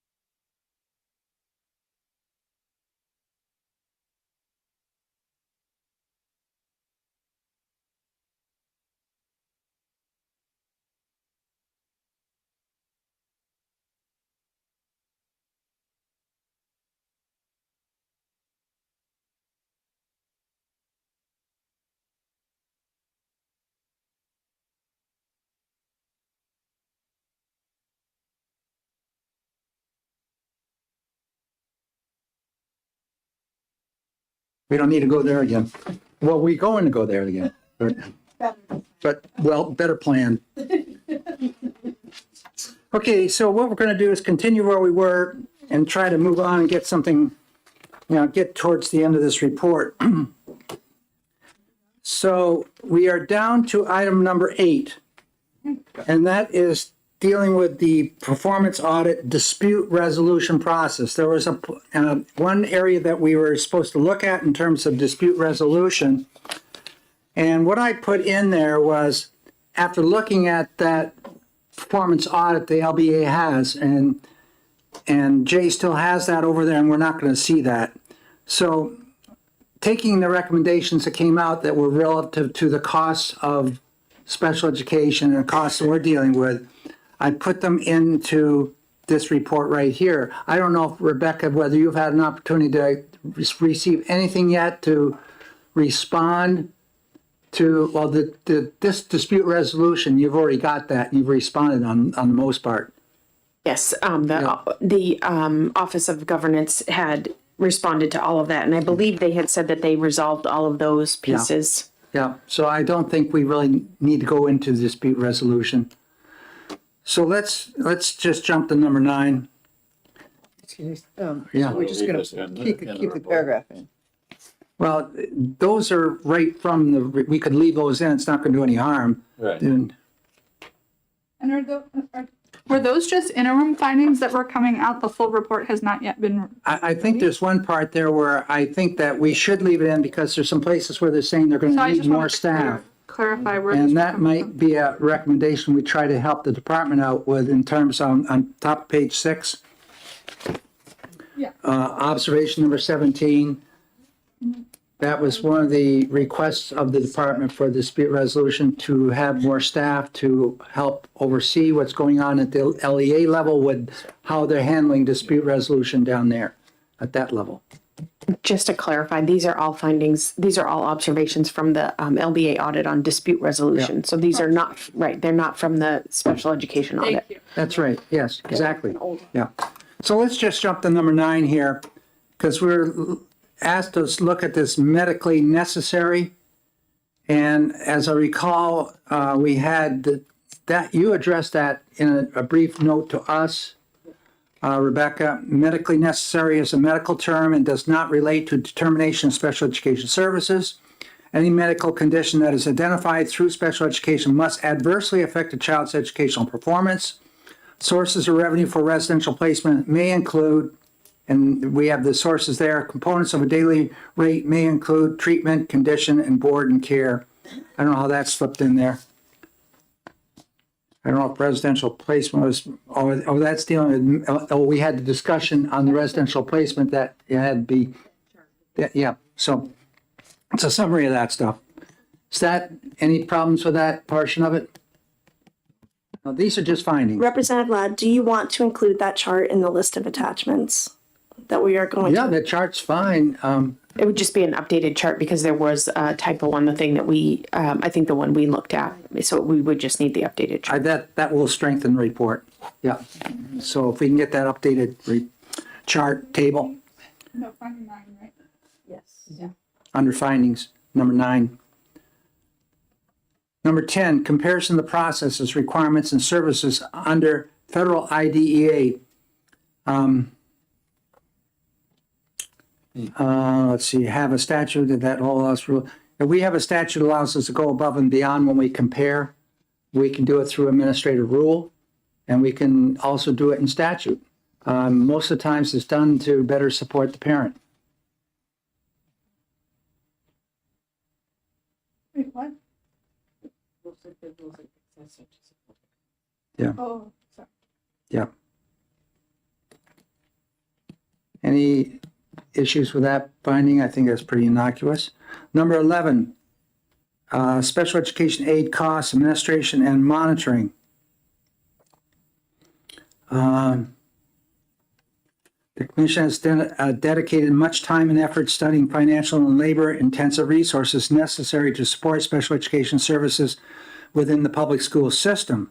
As initially mentioned within this report, statewide education costs amount to 1 out of every $4 spent annually for New Hampshire education. Of this amount, LEAs are carrying 85% of the burden, an unsustainable growing cost paid by local communities. When IDEA became law in 1975, Congress vowed to fund up to 40% of the average per pupil expenditure for the number of children with disabilities receiving special education services. Yet, congressional appropriations for funding IDEA are currently less than 10%. IDEA support to New Hampshire approximates 5.5%. I think it's a good finding. Yeah, I think the heading should be, basically this is about the federal support. Yeah, federal step up to the plate. So I think the heading should be consistent with that. Yeah, But it goes on for, Yeah, exactly. There's a whole lot of. yeah, there's more. Is it different? that's what I'm checking. Well, this gets also down into some of the administration and monitoring that we put in the 1563. Maybe that should be a separate heading. So maybe what we ought to do is take out the sentence there that starts when IDEA became law down to the 5.5% and make that a separate number. So would you like an 11A, B situation? Oh, well, no, we can just make it, you just put it down, it'll automatically change everything else. Push two more. Yeah, yeah, it'd be an automated change. Okay.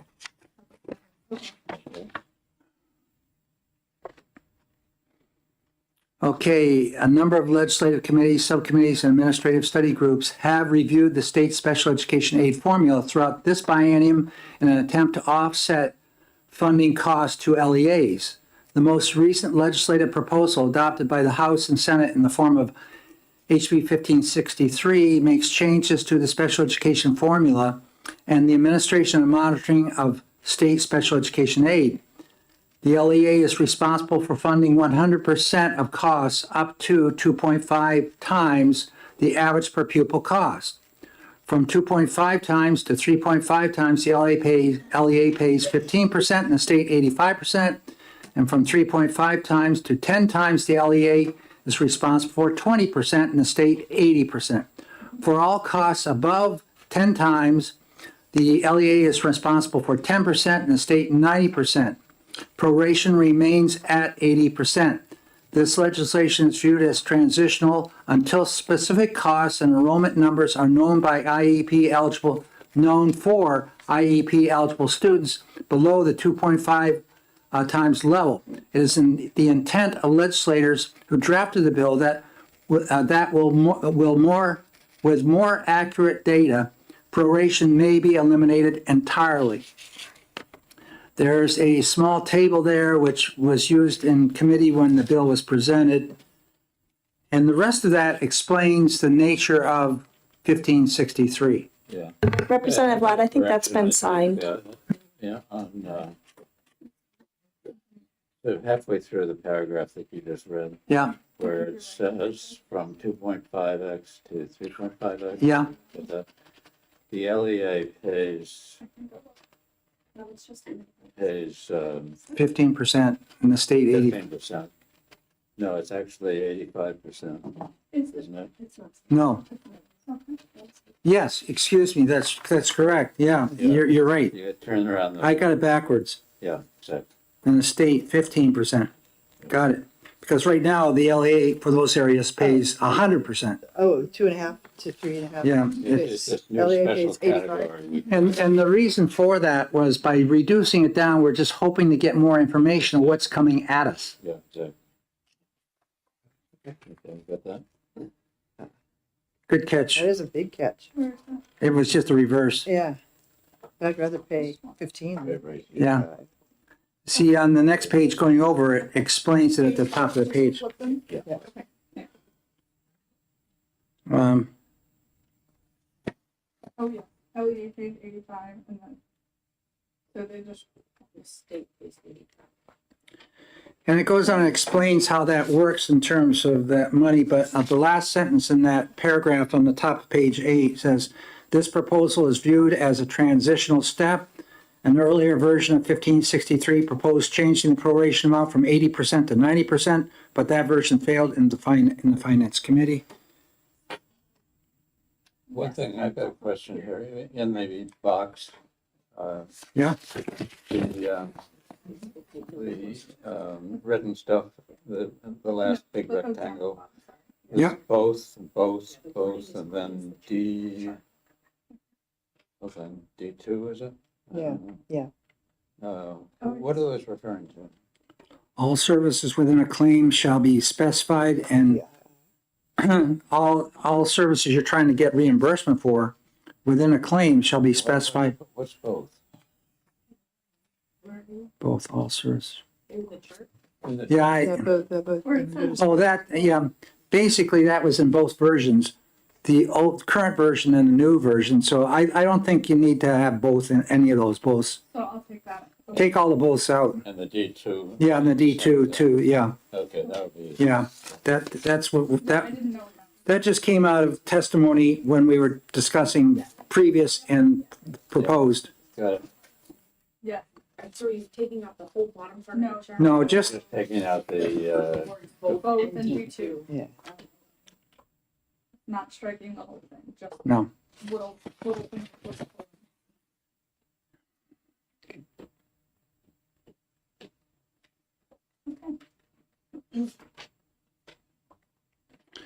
basically what all this is just descriptions of 1563.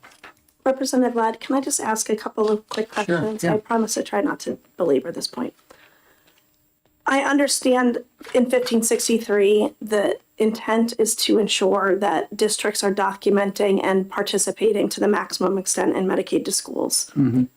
When the districts are getting the Medicaid to schools revenue or reimbursement, it is not student specific.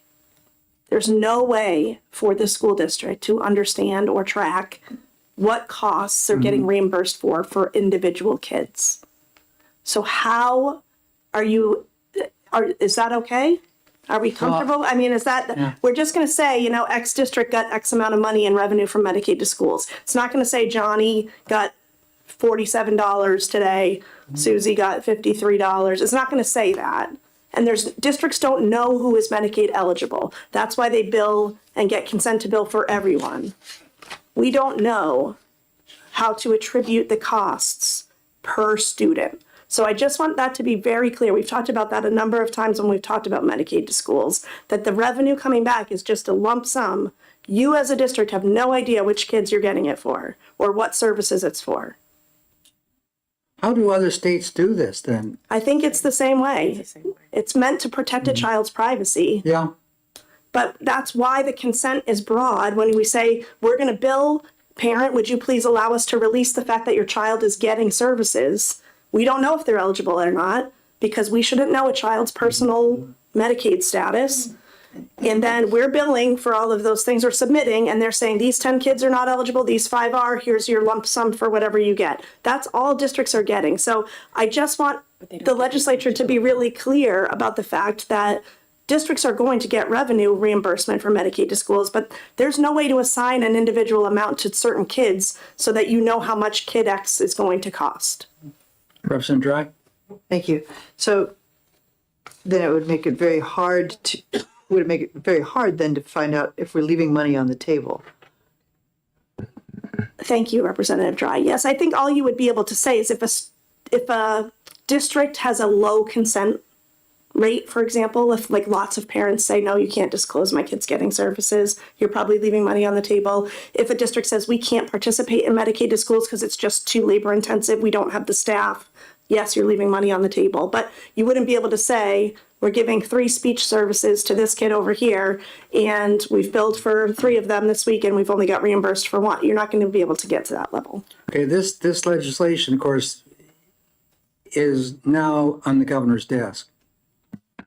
I appreciate that. This has Yeah, come up a number yeah, of times. I so, just want to be clear in this report so that the legislature moving forward is not frustrated when people can't say that people are double dipping, for example. We've heard a lot of that, you know, that we want to make sure that we're not giving districts special ed aid if they're also supposed to be billing Medicaid. Becky, I don't think that, I think the concern was that some districts are not chasing the Medicaid. and then coming and saying, here are our costs for educating this student, so that then getting it from the special education fund, rather than getting some of that from Medicaid, which they should, but they're not. I appreciate that, but that would be because they're just not participating in Medicaid to Yeah, schools. right, Right. And Mr. Chair, if I may. yeah. I think to Becky's point, when we're talking about the level of granularity that like just will not happen, I think Tim also spoke to this last meeting, if I remember correctly, and we were talking about, it is not that some schools are not interested in pursuing it. There is also actually a cost prohibitiveness to exploring it in some instances, and in other instances, there may be a circumstance where districts should be pursuing it, but for whatever reason are not. However, I think that it is a very time-intensive process to do that portion of it, and that should be reflected somewhere. The Sorry. statute itself says the district shall demonstrate and document that it has fully accessed to maximum extent possible other available resources, including Medicaid or private insurance. So I So think, you're documenting that you've done that. I think what you're asking is for districts to somehow certify they're participating in That's right. Medicaid to schools. It's certified but by that the there's- superintendent. But there's no expectation that you're going to be able to trace the money back individually to certain Correct. kids. I think that's correct, and that's the process that the legislature's basically said with this one, but it's got to be certified by the superintendent that we did chase this, or we were unable to. Yeah, I want to add that the one thing that it has come to my attention from several parents is that when their child is placed in a private facility by the school district, they're asked to sign a document that says if the district doesn't pay for this and Medicaid doesn't pay for this, you do. And I thought to myself, how would they ever know? Because I'm like, that information we got from Becky was not ambiguous. It was, they get a lump sum. It doesn't say $27 for Johnny and $100 for Susie. And it's just, you get this and that's the most you're going to get. But I do think that having people at least say that they've tried matters. Yeah. We speak to it again on number 13. Okay. Okay, Okay. number 12, because all the way through to the bottom, middle of page 9 is 1563, just components extracted right from that bill. Residential placement of pupils. Since my number Now, shifted. and of course, everything within that Spalding has to be not just Spalding. Right, I'll make that note to change that throughout Spalding Academy. Oh, youth center? What did you say? No, it's Spalding Academy. Academy. Yeah, both the House and the Senate have approved 1099. This bill establishes a committee to further study the cost and liability of providing general education and special education services to New Hampshire students placed in residential facilities, including but not limited to students placed in residential facilities in the state as an episode of treatment or under a court-ordered placement.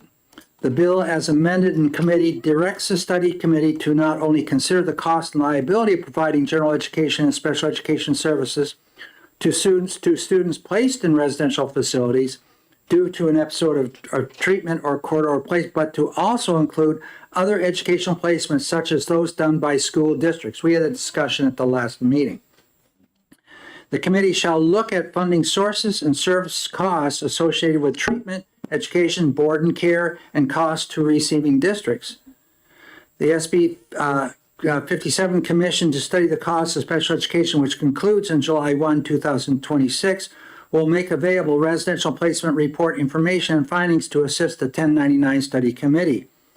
The commission heard testimony regarding Winnisquam, and I think we ought to put the Winnisquam Regional School District in Spalding. Yeah, so it's really defined there. Attendance issue. It needs to be conveyed to the upcoming 1099 committee that Winnisquam had no idea that they could be receiving more students through the diploma track program. The 10 students that were approved through DHHS to reside at Spalding Academy were never intended to attend a diploma track program at the facility, the residential placement facility. At the facility, the residential, at the. I might just say at Spalding Academy. That needs to be. Spalding Academy does not have a diploma Yeah. track program approved. They don't have a program Yeah. for them to Okay, attend. let's clean that sentence up. Nor was any notification provided the Winnisquam district that these students would be enrolled in the public school by either DHHS or Spalding. The issue there is the communication. Representative Ladd, could you just put, these students would be enrolled in the Winnisquam School District? They were already enrolled in public school. Yes. So this is just a bit confusing. I just The might whole say. issue is confusing. It is, I understand that. I'm going to save most of that for the 1099 commission. Yeah. However, I think I would just add, as opposed to just saying the public school, they already were enrolled in public school. They're just transferring districts in theory. I would just say enrolled in the Winnisquam School District. And the last sentence is the issue. The issue of how Winnisquam will receive adequacy costing support for these students needs resolution.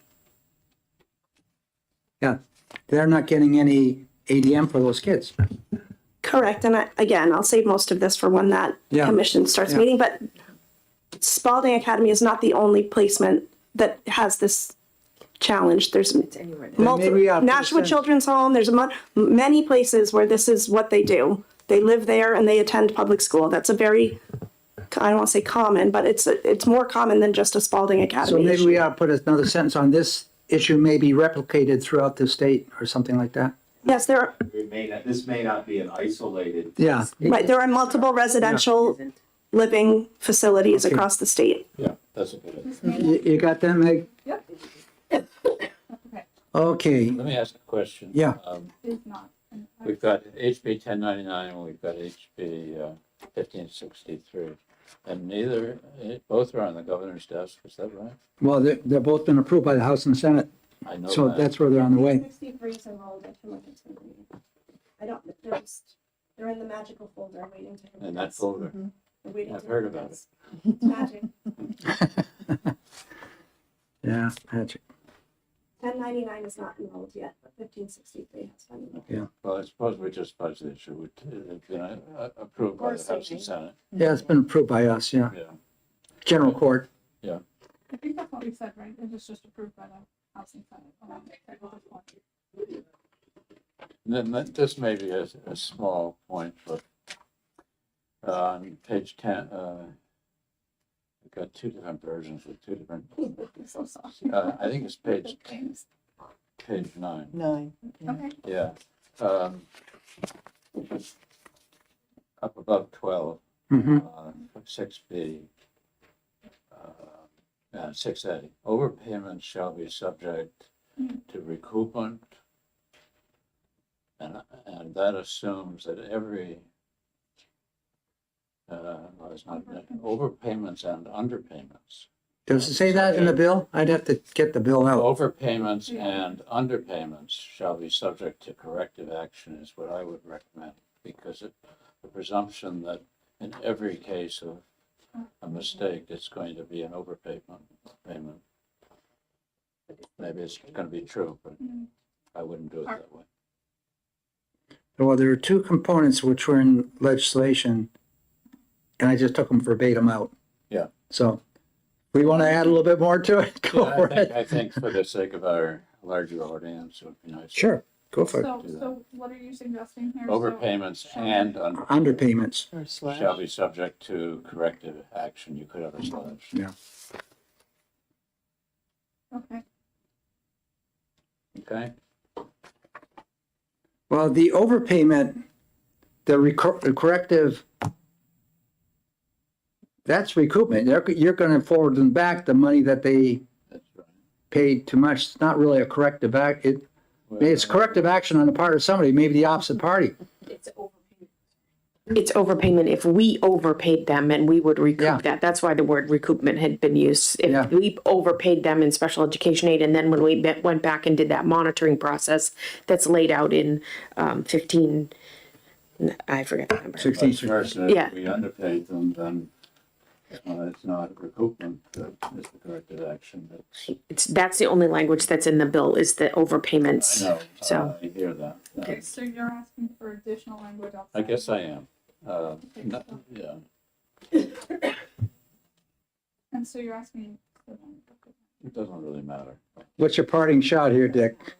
Party shot, just overpayments and underpayments, I preferred it. That's okay, fine, throw it in. There's no quotations around this. No, so it's So right. you said It's the spirit of the We'll put a reference at the end, per and underpayment shall be. Dick.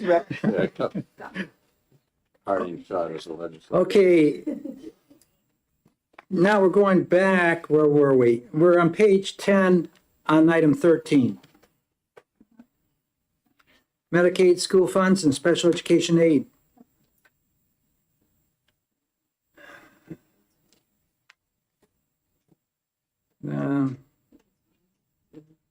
There's a portion down the bottom that, we talked about a lot of that up top of the Medicaid where we're leaving the money on the table. But the bottom part, where it says parent consent is required for billing Medicaid, yes. Mr. Lippman also referred to the Colorado School Medicaid Consortium Incorporated, which is a nonprofit organization formed to help school districts and BOCES, which are a Board of Cooperative Educational Services, navigate, implement, and maximize federal reimbursement through Colorado Medicaid School Health Service Program. Similar to BOCES, that many states are developing, participating school districts participate in a consortium of districts where services like care, coordination, referrals, transportation, training, billing, and more occurs. This may be a school-based program that could assist many of our smaller SAUs struggling with Medicaid to schools process. I threw that in there seeing that this is widely used throughout the country now. We talked about SAU consolidation. They're talking about consolidation of program, where there is an organization that the state establishes, or it might be done through a consortium, which is school districts coming together and having their own board where they have staff to support those small districts that need Medicaid support or support. It can be done through the state, through the local, through a nonprofit, whatever. Can I just ask a clarifying question, Yeah. Chairman Ladd? Are you talking about a consortium of school districts that are going to work together to do Medicaid to schools billing? Or are you talking about a group of districts getting together to provide services to children? I guess I'd leave it wide open. Because we haven't discussed it much more than 10, 15 minutes earlier. Right, that's why I guess I'm trying to clarify. I understand in the context of this paragraph, talking about districts consolidate or, coordinating their billing staff, for example, or coordinating their, tracking of Medicaid and things like that. But if you're talking about providing services for students with IEPs outside of Medicaid to schools, that doesn't seem like that No, would belong no. here. We're talking Medicaid. Okay, but not about providing Medicaid services or services that qualify Well, for billing? It, It's just a little confusing to me, that's all. in looking at what they're doing over in Vermont right now, it's like a textbook to how they've written this thing. So it's huge. But the smaller districts complain that we don't have the staff to do this. It's labor intensive. This being the billing. Yes, the billing, but also knowing how to do it, Right, the training. agreed. And this could be done by the department, or it could be done by some other group such as this, like Colorado did, or like you have a board of cooperation where they're all getting together to do it. The whole concept of having something to consolidate programming is, and when I spoke to a number of senators, they said that was what we had hoped we could do rather than SAU consolidation, consolidate some services. Representative Dry. Thank you. Representative Damon, could you help me with this one? When we went up for a field trip looking at SAU consolidation in Coos County, the superintendent that put that together said, it would be really hard for us to consolidate SAUs, but there are a lot of services that all the SAUs need, that if there was, we could do a regional cooperation of those things, not moving students there, but not so that everyone doesn't have to replicate the same thing at their school. That makes, oh, I'm sorry, Representative Murray. That makes sense to me. I worry a bit about lumping that conversation in with Medicaid to schools because I think talking about pooling resources to provide services is one thing. But if you're only providing the services that qualify for Medicaid reimbursement, that's a little bit, it's just a little, it might not be in the right place. Maybe you need to break it out in terms of coming up with a recommendation of considering pooling resources for services as a whole for special ed, not just those that are qualified for Medicaid, not just medically necessary services. Yeah, we could break out. that That's all I'm last part and saying. put it It's just a bit separate section. confusing putting it in this Yeah. paragraph, Yeah. that's all. It doesn't necessarily have to come underneath Medicaid, but it seems to me that we spoke so much today about $2+ million for the EFA, and we know we're leaving 5.5 on the table. So how do we access that, and how do we help these districts that do it? So I think we all agree we need to do something. Yeah, I have no concern at all about the conversation around working together to provide more resources when we have resource poor sections of the state. I think it's just confusing to me about we're only talking about providing services that are billable under Medicaid because they're medically necessary services being provided at school, or we're just talking about creating groups of people to provide services for special ed. Those are kind of two different things, so I just want to be cautious of that.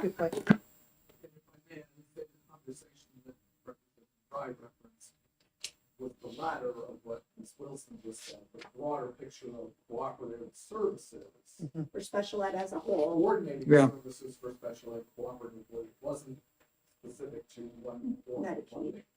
That's, I would just. Yeah. Okay, we can break that out. Okay.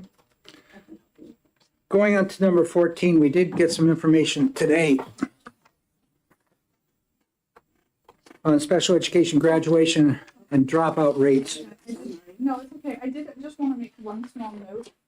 Something else that I thought Director Lippman. Oh, I just wanted to make one small note before we moved on, please, because I thought Director Lippman had also said that DHHS was also standing up a call center to help people with the recent changes to Medicaid.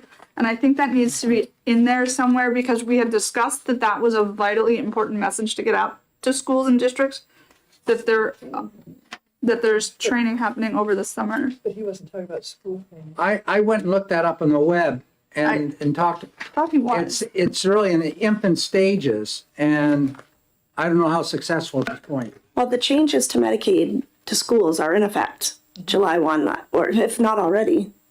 July 1. So districts have to comply with the new ways. So I do believe whether the training is in its infant stages or not, districts are going to have to comply with the new cost base. So I that was my only point was just to at least reference that there is a call center there that Right, and training. Yeah. Supposedly. It's coming from yeah Okay. yeah.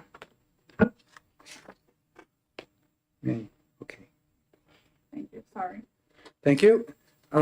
Getting on to number 14. We can insert this table, and I think that's going to do the job. Where's it from?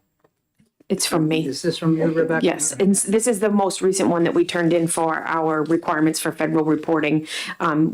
Last time you had asked about the different categories and the graduation and dropout rate. So we put all of them into this so that you could see it. And these are all the categories that we use. And then I gave you the percentages at the bottom. That's good because, I went onto AI trying to figure this out the other day. I got myself into trouble with that. Of course, we all say this word, the word you used when you're trying to get information. I don't want to say it because this thing picks it up. And I said, hey, blank, you dummy. I said to it, right? The thing responded back to me saying, that's not nice to call me that. And that was my darn computer speaking back to me. Always listening. So I got this information from it though. So let's replace that with what you got here at the table.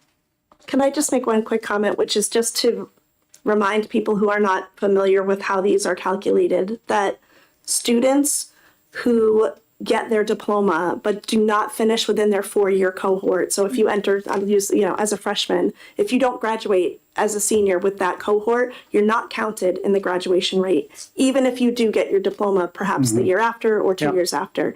So particularly for people with disabilities who are being served at the school district level, those students that stay till they're 22, for example, even if they finish with a regular ed diploma, they'll be counted as completers for that year, but they're not going to be it's going to count against your graduation rate. And I just think it's important for people to understand that, because it's not that they're not graduating, but they're not counted as graduating in the graduation rate because they don't finish in their 4-year cohort. Yes, Representative Dry. So where do they, thank you, where do they show up on this chart then?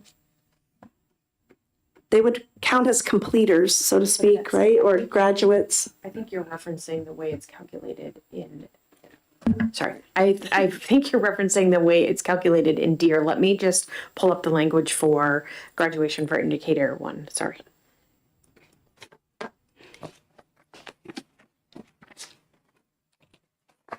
Also, there's, differences in the way students who get their GED and things like are not considered graduating. So, which is fair, but they don't get a regular ed diploma.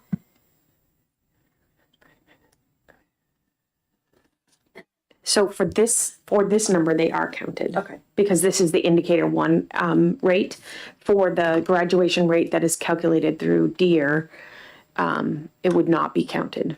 But this is, I can double check. I will make sure. Sure, you're right. I'm sure you're right. I have the two Beckys in the same notes, so I'm Sorry, we always sit right here. it's okay. I'll confirm that for you. If it's different, then I'll let you know. But we calculate things differently between our office and because that's the way the federal government asks us to calculate it. The only reason I think it's important to figure it out is because of this last statement in paragraph 14. Because is it impacting the difference between the overall grad rate or not? I just want to make sure that that's a fair statement, given the way that they're accounted for differently, that's all. These numbers may be built from the graduation rate that goes through DEAR, so I can double check that.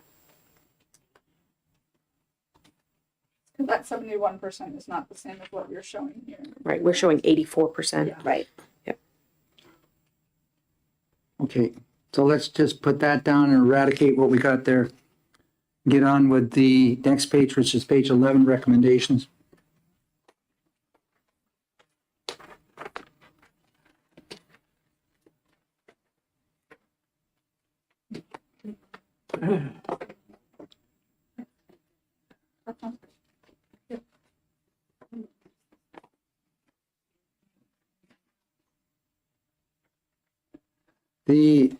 On page 11, we have the first 3 items there.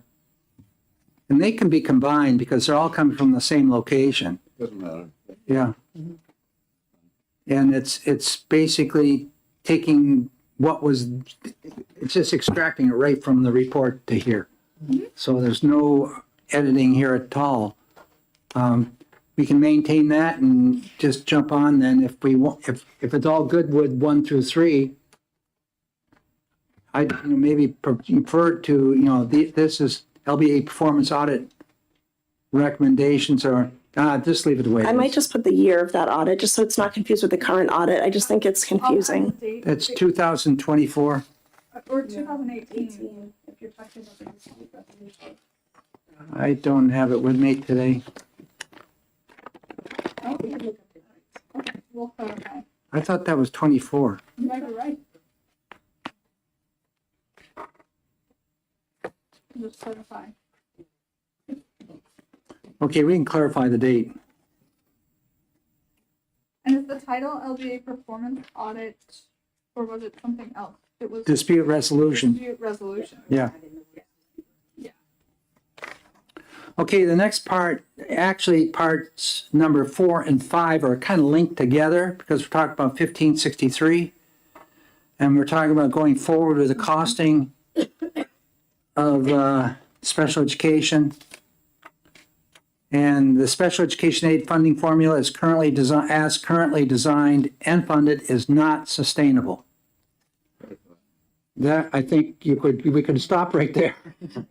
But we had this, the commission recommended that HB 1563 be implemented as an immediate step to alleviating the 85% share of statewide costs. And then it goes down and explains, the benchmark amounts per pupil. HB 1563 requires invoices including offsets such as Medicaid, private insurance, or other sources to be received and accounted for each IEP. And the LEA to receive state aid. That might go back to Becky Wilson's issue. The administration, monitoring, and costing sections in HB 1563 strengthen accountability.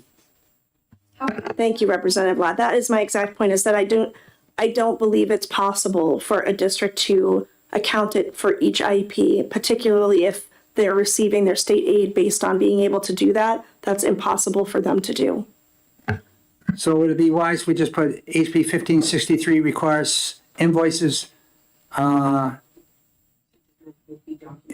Right. Participation in Medicaid to schools as a district. okay.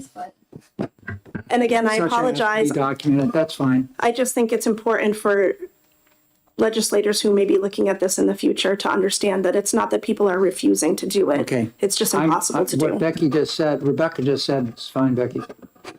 This is recommendation 4, right? Yeah. Well, if we want to, we could combine the two together. An earlier version of 1563, so here we are talking about it, proposed changing the special education aid proration amount from 80 to 90%, but the version failed in the Finance Committee. The commission supports transitional steps towards removing proration. I'm all for removing it totally. And that's that way, if we end up having budgeted for $34 million like we did back in FY25, and we come up $16 million short, that would have to come back out of the state rather than the LEA having to be prorated. I support that. It's well written. I think it stands by itself. It shouldn't be, Okay, merged with the prior item. yeah. Any proration percentage is not sustainable. Good. Okay, let's go on number 6. So 5 remains. Yeah, 4 and 5 remain separate. Number 6, when IDEA became a law in 75, Congress vowed to fund up to 40% of the average per pupil expenditure for the number of children with disabilities receiving special education services. Yet congressional appropriations for funding IDEA are currently less than 10%. IDEA support to New Hampshire approximates 5.5%. The federal pledge has never been met. This commission recommends that the New Hampshire General Court support a resolution strongly urging the federal government to abide by its pledge to support mandated costs associated with IDEA. That goes back to what you got from the senator. Well, excuse me, Yeah. thank you. 2024, we did HCR 10. Yeah. It passed the state and federal committee 20-0, passed on a voice vote, and that was it. So it was, if it flew through the House, we've done it. It doesn't do any good though, It does didn't it? do any good, yeah. What if we ask the governor to do it? Maybe they'll listen to her more. Yeah. It's just a thought. I mean, if we've already tried this, I don't think it, I think it's sending that message over and over again. I don't think it hurts to have as many groups as we can send that message. There are a lot of groups who are working on this as a 40 by 50 Oh, yeah. type of thing. Throughout the country. Coming forward, yep. Yeah. Well, This is not, this is not unique just to New Hampshire. that's either. right. Yeah. And where we are making recommendations back to the general court here, the House and the Senate. Yeah, we can make a recommendation to do just about anything we want, but a resolution or I don't know what else you could do. I think it's just sending the message again, Tim. Yeah. Making let's not stop. Are we good with 6? Could I just? Yeah. go one? Representative Freeman said a thing about Louisiana getting a waiver on the IDEA funds. Did you read that? Did she have a written thing for us? She had something. No, she doesn't have a written thing, but I bet she could get you. I know she mentioned something. Spoke to that last week, I believe. Yeah, and she sent something after we did that to Oh, Chairman. Chairman Ladd. Yeah.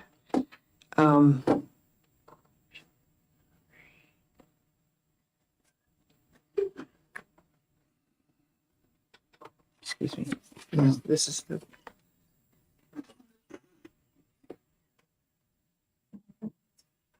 While she's looking that up, let's go to number 7.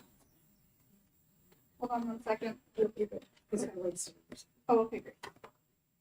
So I would ask that we look at the numbers from when we looked at the demographic data and ensure that we align those numbers with the numbers in this paragraph.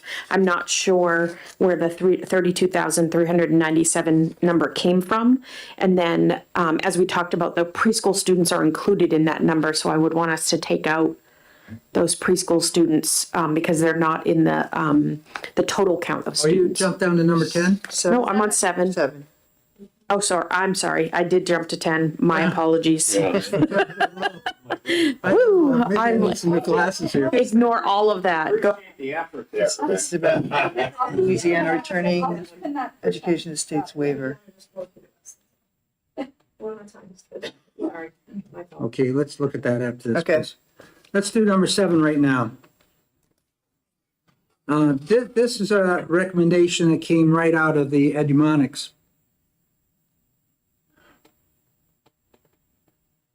One option is to employ more quality teachers and fewer paras to better support learning while containing costs. May I speak? Yeah. Thank you, Chairman Ladd. To this end, I think it's important that I think in our previous conversation, talked about the workforce shortage issues and higher education. Like that could be one recommendation is to make sure that our higher ed programs are aligning to, address some of those needs in the ways that they can as well. Like, I don't know. Well, it's certainly something that we want to occur. I have not spoken to any of those 3 departments, Keene or Plymouth or You're on the New board. Hampshire. Representative Ladd, was this discussed at a commission meeting with everyone? Yeah, well, was? it's in the Edumonics that which we did discuss, yes. Okay. It was brought in by Melissa White. Yeah. Perhaps we could add a sentence just about if that is the goal, is to shift to more teachers and hopefully in that light, reduce the number of necessary paras, that there needs to be some focus on workforce development in terms of special education and attracting people to become special education teachers here in the state, in our public schools. Because I don't know how you shift it if we don't have people now to fill the positions that we have. Rebecca, can you go back over the years to these local districts? Do they report money? Do they break down their labor by para costs versus certified staff?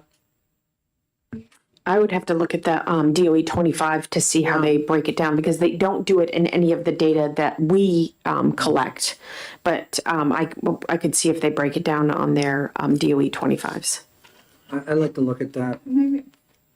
Because if there's a trend here where we're really climbing high with these paras, then you got to ask the question, why? And you have a para riding on a bus, you have a para doing this, para doing that. Are there other models of structural organization which will, there are, but we're looking at costs in special education. I know in my district, the paras budget has more than doubled from a couple $100,000 to $500,000. And the more student need you have, if you don't, again, and I think it's outside perhaps of the conversations we need to have today, but a high level of inclusion is not necessarily less expensive. But it is also often in the child's best interest to have a high level of inclusion. Doesn't mean it's cheaper. Yeah. Mr. Chairman, if I could suggest, I think that a one thing that we're looking at is instead of saying quality teachers and fewer paras, perhaps just saying more specialized staff, because what I can tell you is depending on some of these issues, if you had an RBT instead of a para, for example, it's usually far more effective because that's what you're addressing, where if it's an academic issue, you would use more of a para. And I think it's programming, and that programming requires a specialized person. So it could be that we have more specialized people in-house, I think, is because one thing we do know is that the outside contractors, the same way we see it with transportation, they can charge 3 times as much, and if that's all you can get, that's what you pay for. And because we are low on special education teachers, some districts are contracting out for teachers through agencies. We don't have the workforce development, to Representative Murray's point as well. Perhaps there's a way to work that in terms of higher ed into this paragraph, or creating some sort of pipeline for people to want to become special ed teachers in our public schools. Here you have a statement saying New Hampshire special ed programs are more staff heavy than the national average. Special ed costs are mostly labor, and it lists these percentages right here. New Hampshire special ed programs employ 1 FTE for every 2 special ed students. And then they have a recommendation here, and this is in that report that everybody got. Oh, okay. I was looking at. Given New Hampshire has some of the most heavily staffed programs in the nation, one option is to focus on quality over quantity of staff to better support learning while containing costs. So that's where that came from. I would say that, that the majority of our school district budgets for public schools are staff. That's where all the, that's why it's so difficult when we need to make cuts at the local level. It's not just your special ed costs are mostly labor. Your public school costs are mostly labor. They're people, they're staff. So while I appreciate that shifting the cost from paras to teachers, I don't know that what paras get for benefits, quite honestly, and what a teacher gets for benefits, I'm not sure that's going to save you much money, but it's true of all your staff. It's not just going to be about special ed staff. I would argue that your local district costs are mostly staff. Well, yeah, we know that 80%. I think, if I may, I think to Tim's point, and I think what we heard Dwayne Ford speaking about at the last meeting was just, some of the third-party costs, while there are shortages in some ways, like, for example, transportation issues exist, there is also, because there is such a shortage in providers, there's a huge demand and competition for things. And I think the costs, therefore, are, going up. And so I think to Tim's point, he was saying in-house acquisition of services, and if you can get them under your same roof, maybe it would help with some of that to some degree. Yes. I don't know. I think that's why some of the states are going towards this bossy type thing where, with the common board for the whole state, because services, and that's why you saw people bring in legislation to consolidate school districts. You have an administrator here, you have 109 administrators for SAUs, some of which have less than 100 kids in them. We've got to do something about, overstaffing in places. Other places we're probably understaffing. I understand that. But I appreciate that comment, Representative Ladd. I just think this particular bullet is talking about special ed programs in local public district schools. It's not talking about administrative costs at the SAU. So if we can get some kind of information from you, Rebecca, regarding how the budget's been split up between paras and labor for special ed over the last, let's say, 10 years. I will check. I am not as familiar with the DOE 25, so I'm going to see if it's on there, because I know I don't have that data. So I will check and see if it's on the DOE 25. Let's go on to the next one then.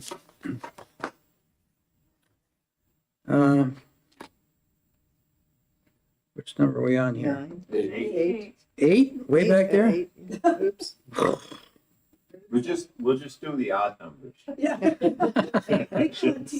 I'm a problem solver. Okay, We're 2/3 of the way there. We're 2/3 of the way there. Have 50. Districts are encouraged to implement tiered evaluation systems within regular education prior to referrals for special education services. And then we might want to put something on like funding support for intervention programs is necessary.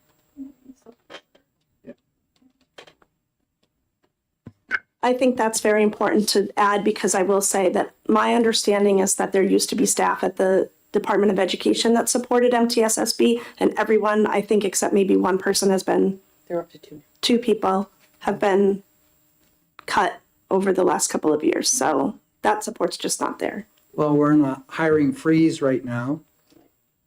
We have folks that, like Nate Green was in here yesterday saying he's got a number of vacancies within his area alone. Can't get them filled, and we're asking for more data. Yeah, so, okay, funding support is needed for the intervention. Yep, I have that. Okay, number 9.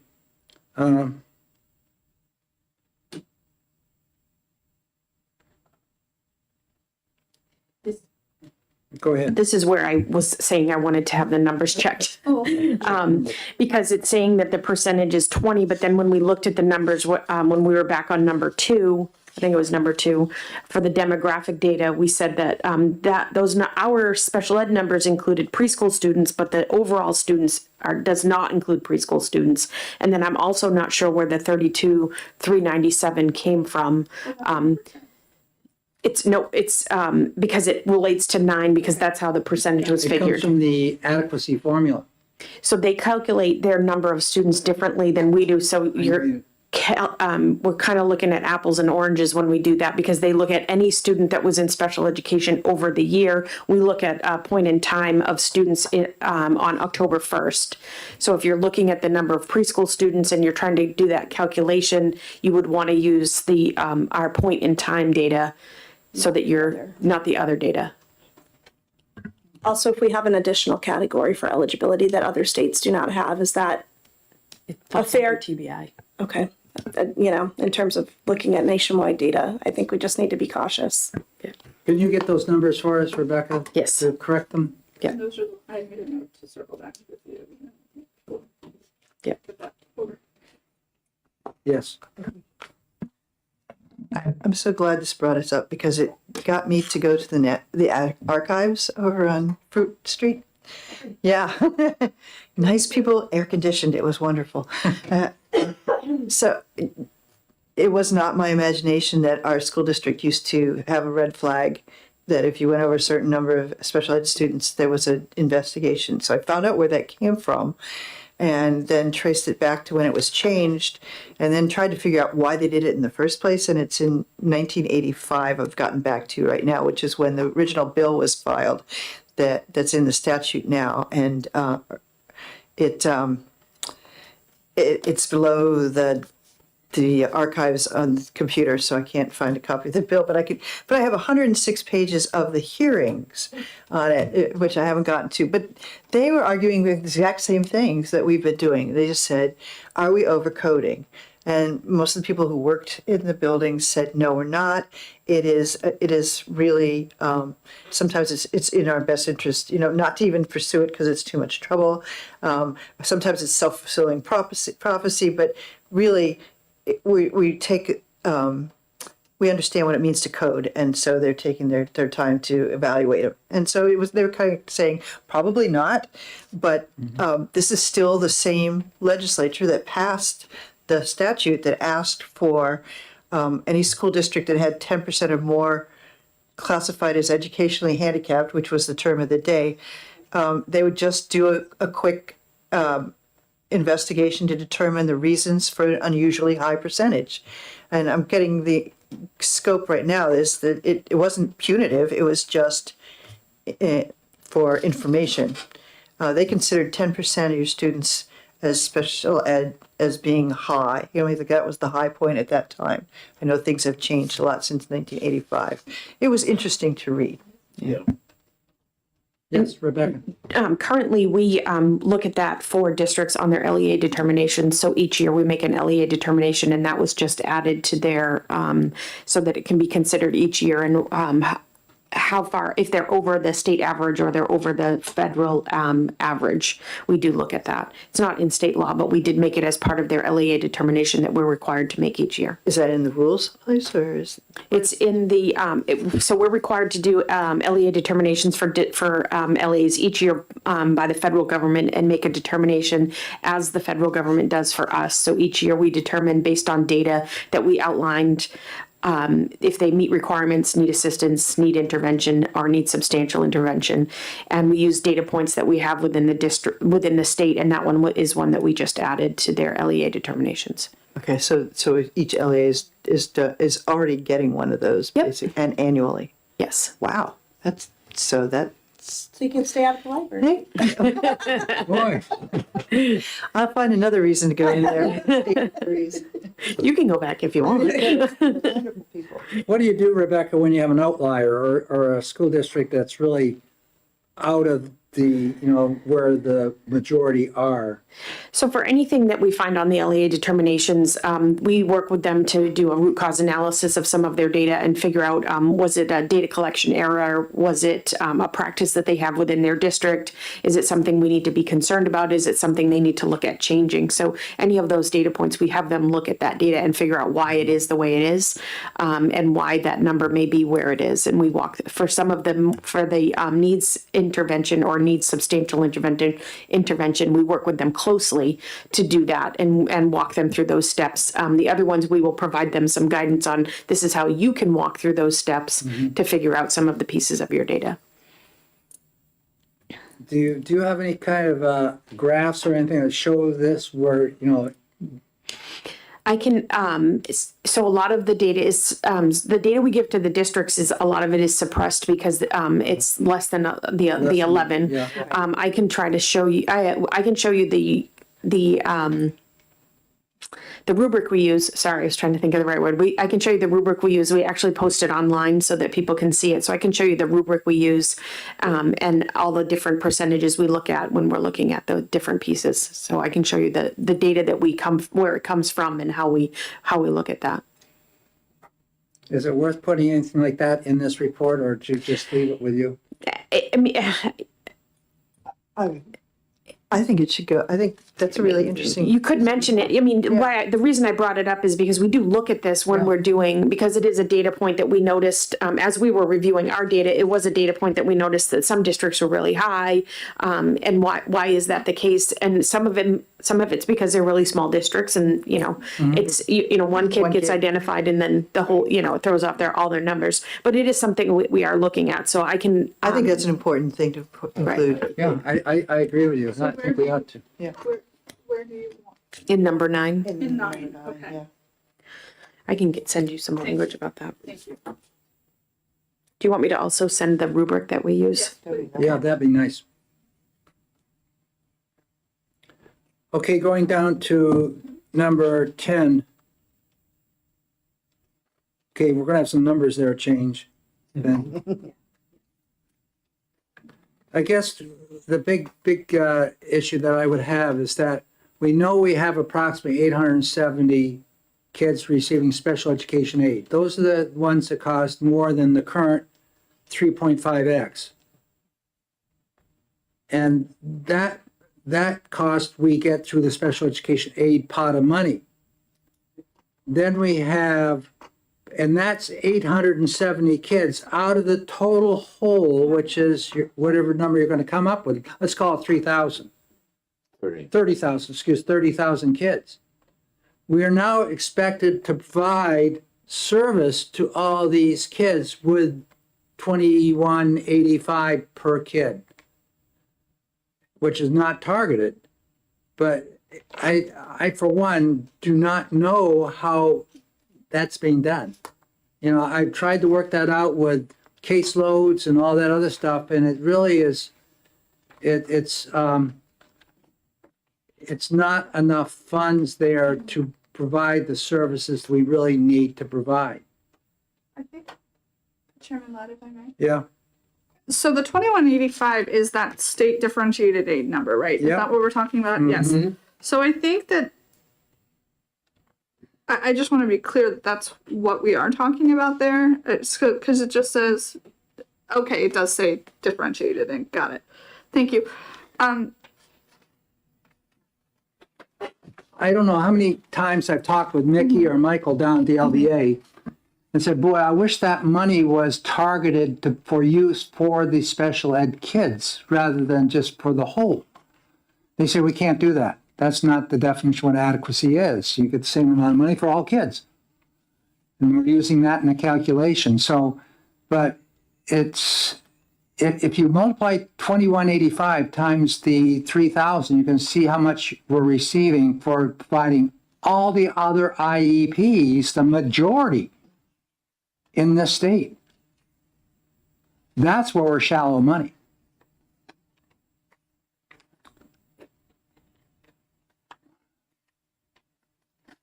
We've tried to, increase that every year. So we've been unsuccessful at that. But Representative Ladd, yeah. I share your concern about trying to measure this differently so that we can do a different job at trying to fund things. But I think because differentiated aid and things like that are built off of our funding in general, I think it's going, again, really hard to systematize something that's built on individual students' needs without also then maybe looking at funding in general and the way that these things interact. I think that I've sat with you for many hours trying to figure out a different way to do this. And it always comes back to the fact that you're trying to generalize a process that's based on individual students' needs at a given point in time, and it changes all the time. So I share that there maybe is a better way to do funding, but I'm not sure it's specific to differentiated aid. I just think it's funding in general. Well, hold on a second, Megan. When you look at other states, and when we've gone to the Education Commission in the states and tried to find out what are they using, the last sentence I have there in this thing right here, the legislature is encouraged to consider a special education differentiated formula model based upon what other states are using, based upon a weighted formula per disability category. But when you look at that, then the opposition says, well, you're obviously going to place the kids with a disability that has a higher weight to it. And so you're going to, I appreciate that, you're but going to chase the money. I also will say that other states look at special education completely differently than New Hampshire does. Their students, regardless of your category, they do qualify students on mild, moderate, severe, for example, or things like that. We don't do that here. Their funding, their base funding is different than here.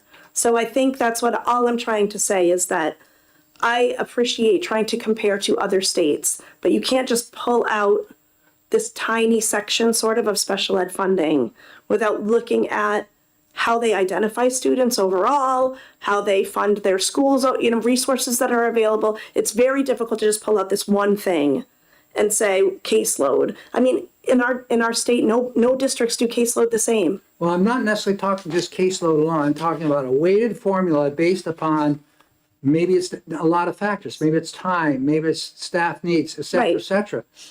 But these other states are doing this, and this is just not, this is of all our money that comes in other than local property tax, this category is the highest revenue category we have. It's $68 million. IDEA is $50 million, and special education aid is a little bit lower than $50 million, 40 something, Right. 49.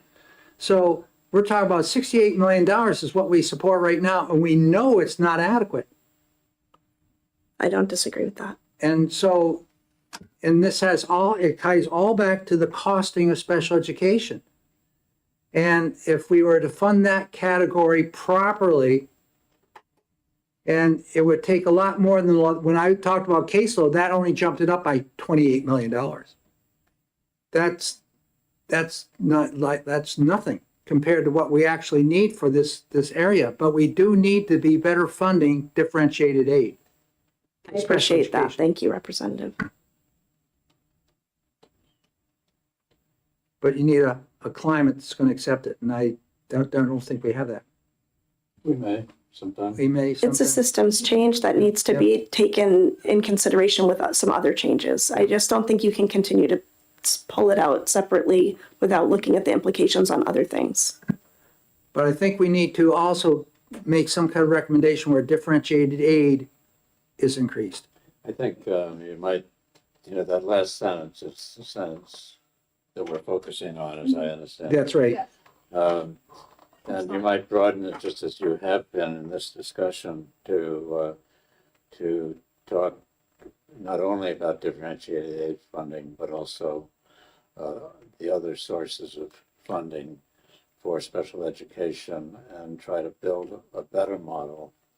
This is what we'd be trying to say. Yeah, I like to see it based That we upon a based on- weighted disability formula. Yeah, something like that. Yeah. That is Few consistent. easy with- words to get it going. Consistent with genuine needs and, Mhm. both on the cost and on the programmatic side, something like that. Yeah. This is where the bulk of our issues are. On this left-hand side, it's not the special education aid side. Yes, we have some kids which are $600,000 a person. But that slacks off, that's only 4 or 5, and then we get down where the majority are closer to 200 grand or less than that. This is where the weight of the money is, on the left-hand side. So I'd like to see us really change and do something like Dick and I just suggested. Everybody okay with that? Yes.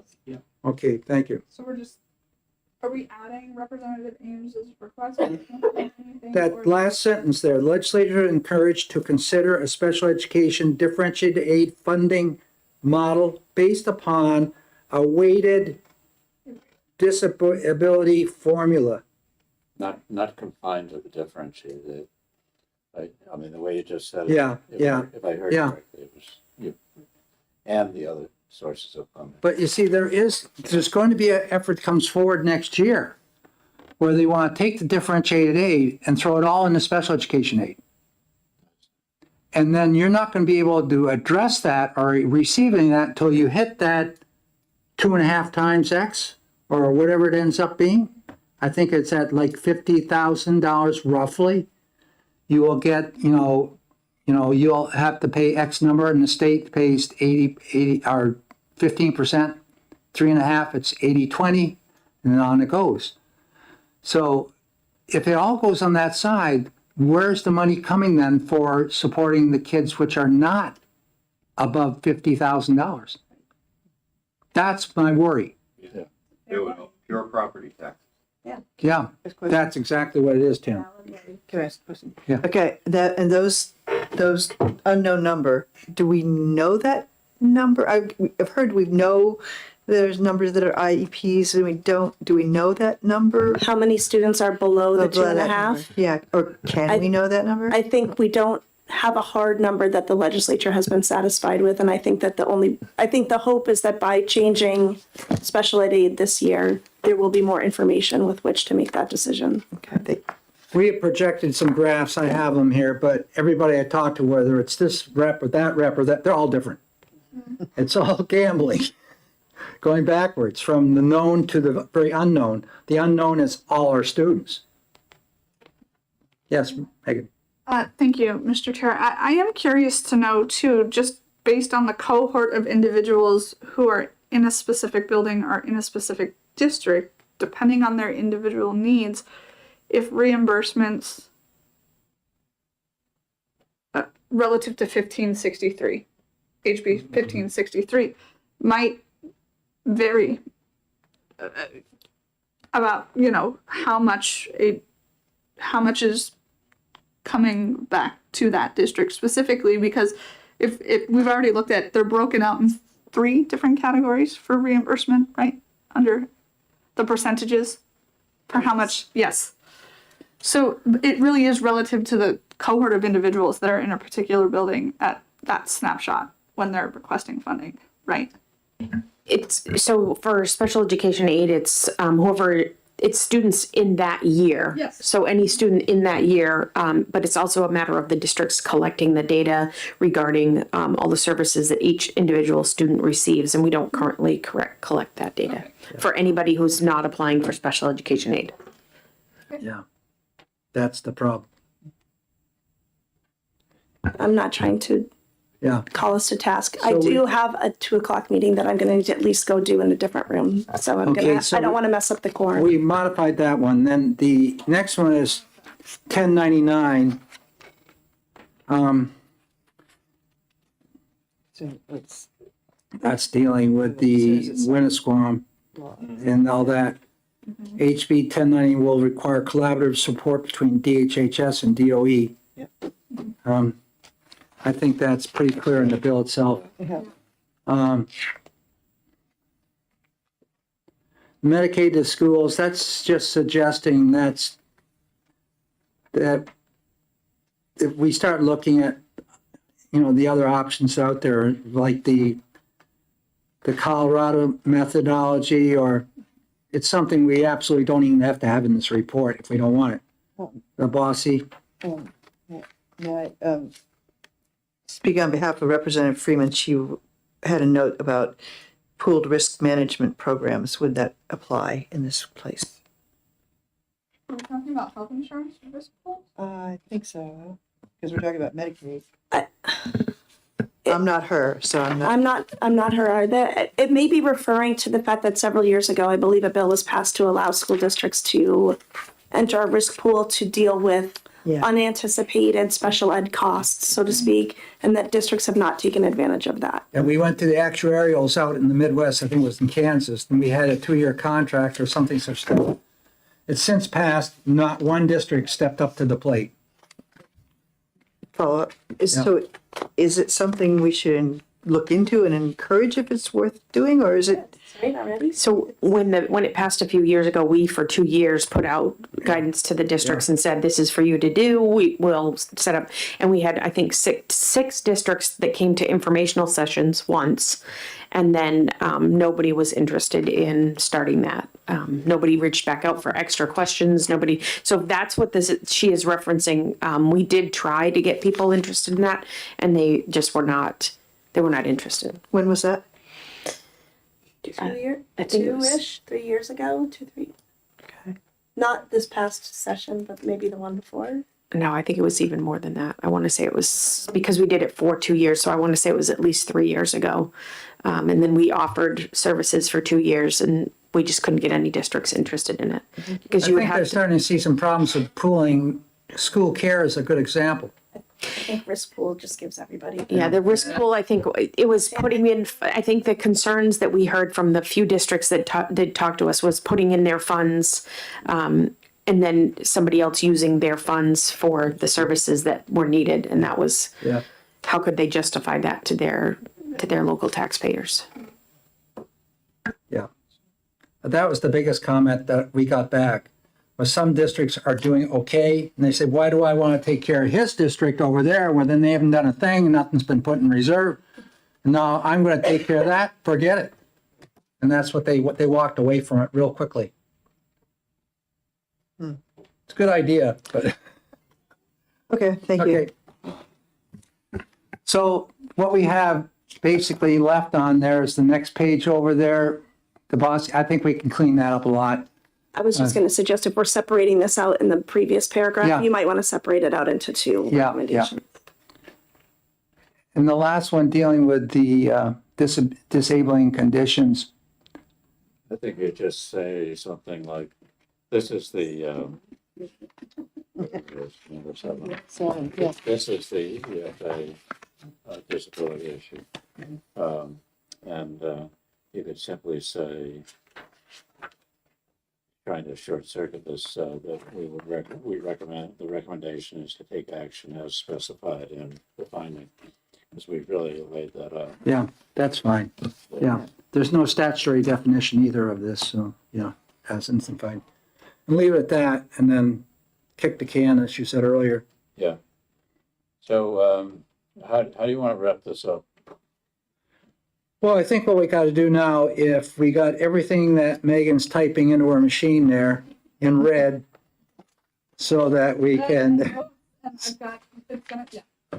so we can try to get some change there. But then what we have to do is get that out by way of email to everybody.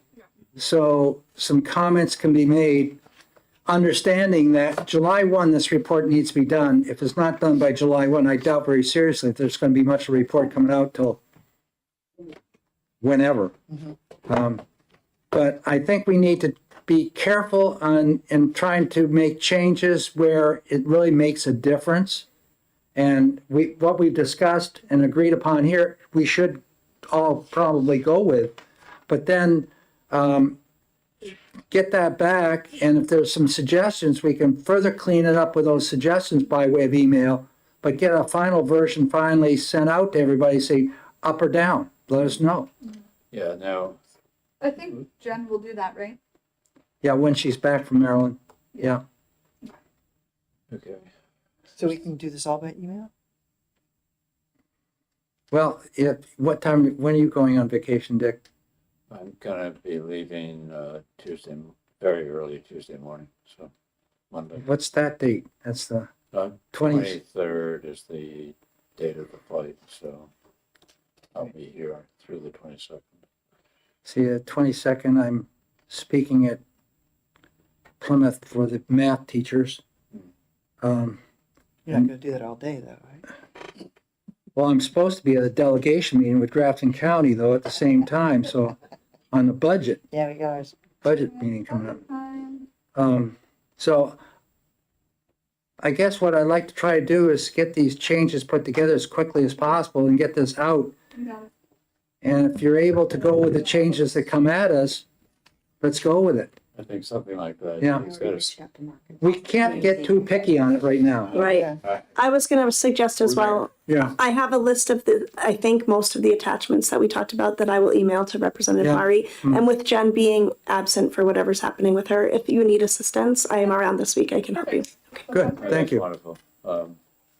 Yeah, I think we did a great job, Yes. Well, your leadership, Collaboratively working here. working through all of this, and we've got something substantial. yeah, I think people have worked hard, so I feel good about it. well, I guess there's nothing else to be done today. Thank you very much. I've enjoyed working with every one of you. Thank you for including me. I appreciate it. Yeah. Thank you very much. We are adjourned.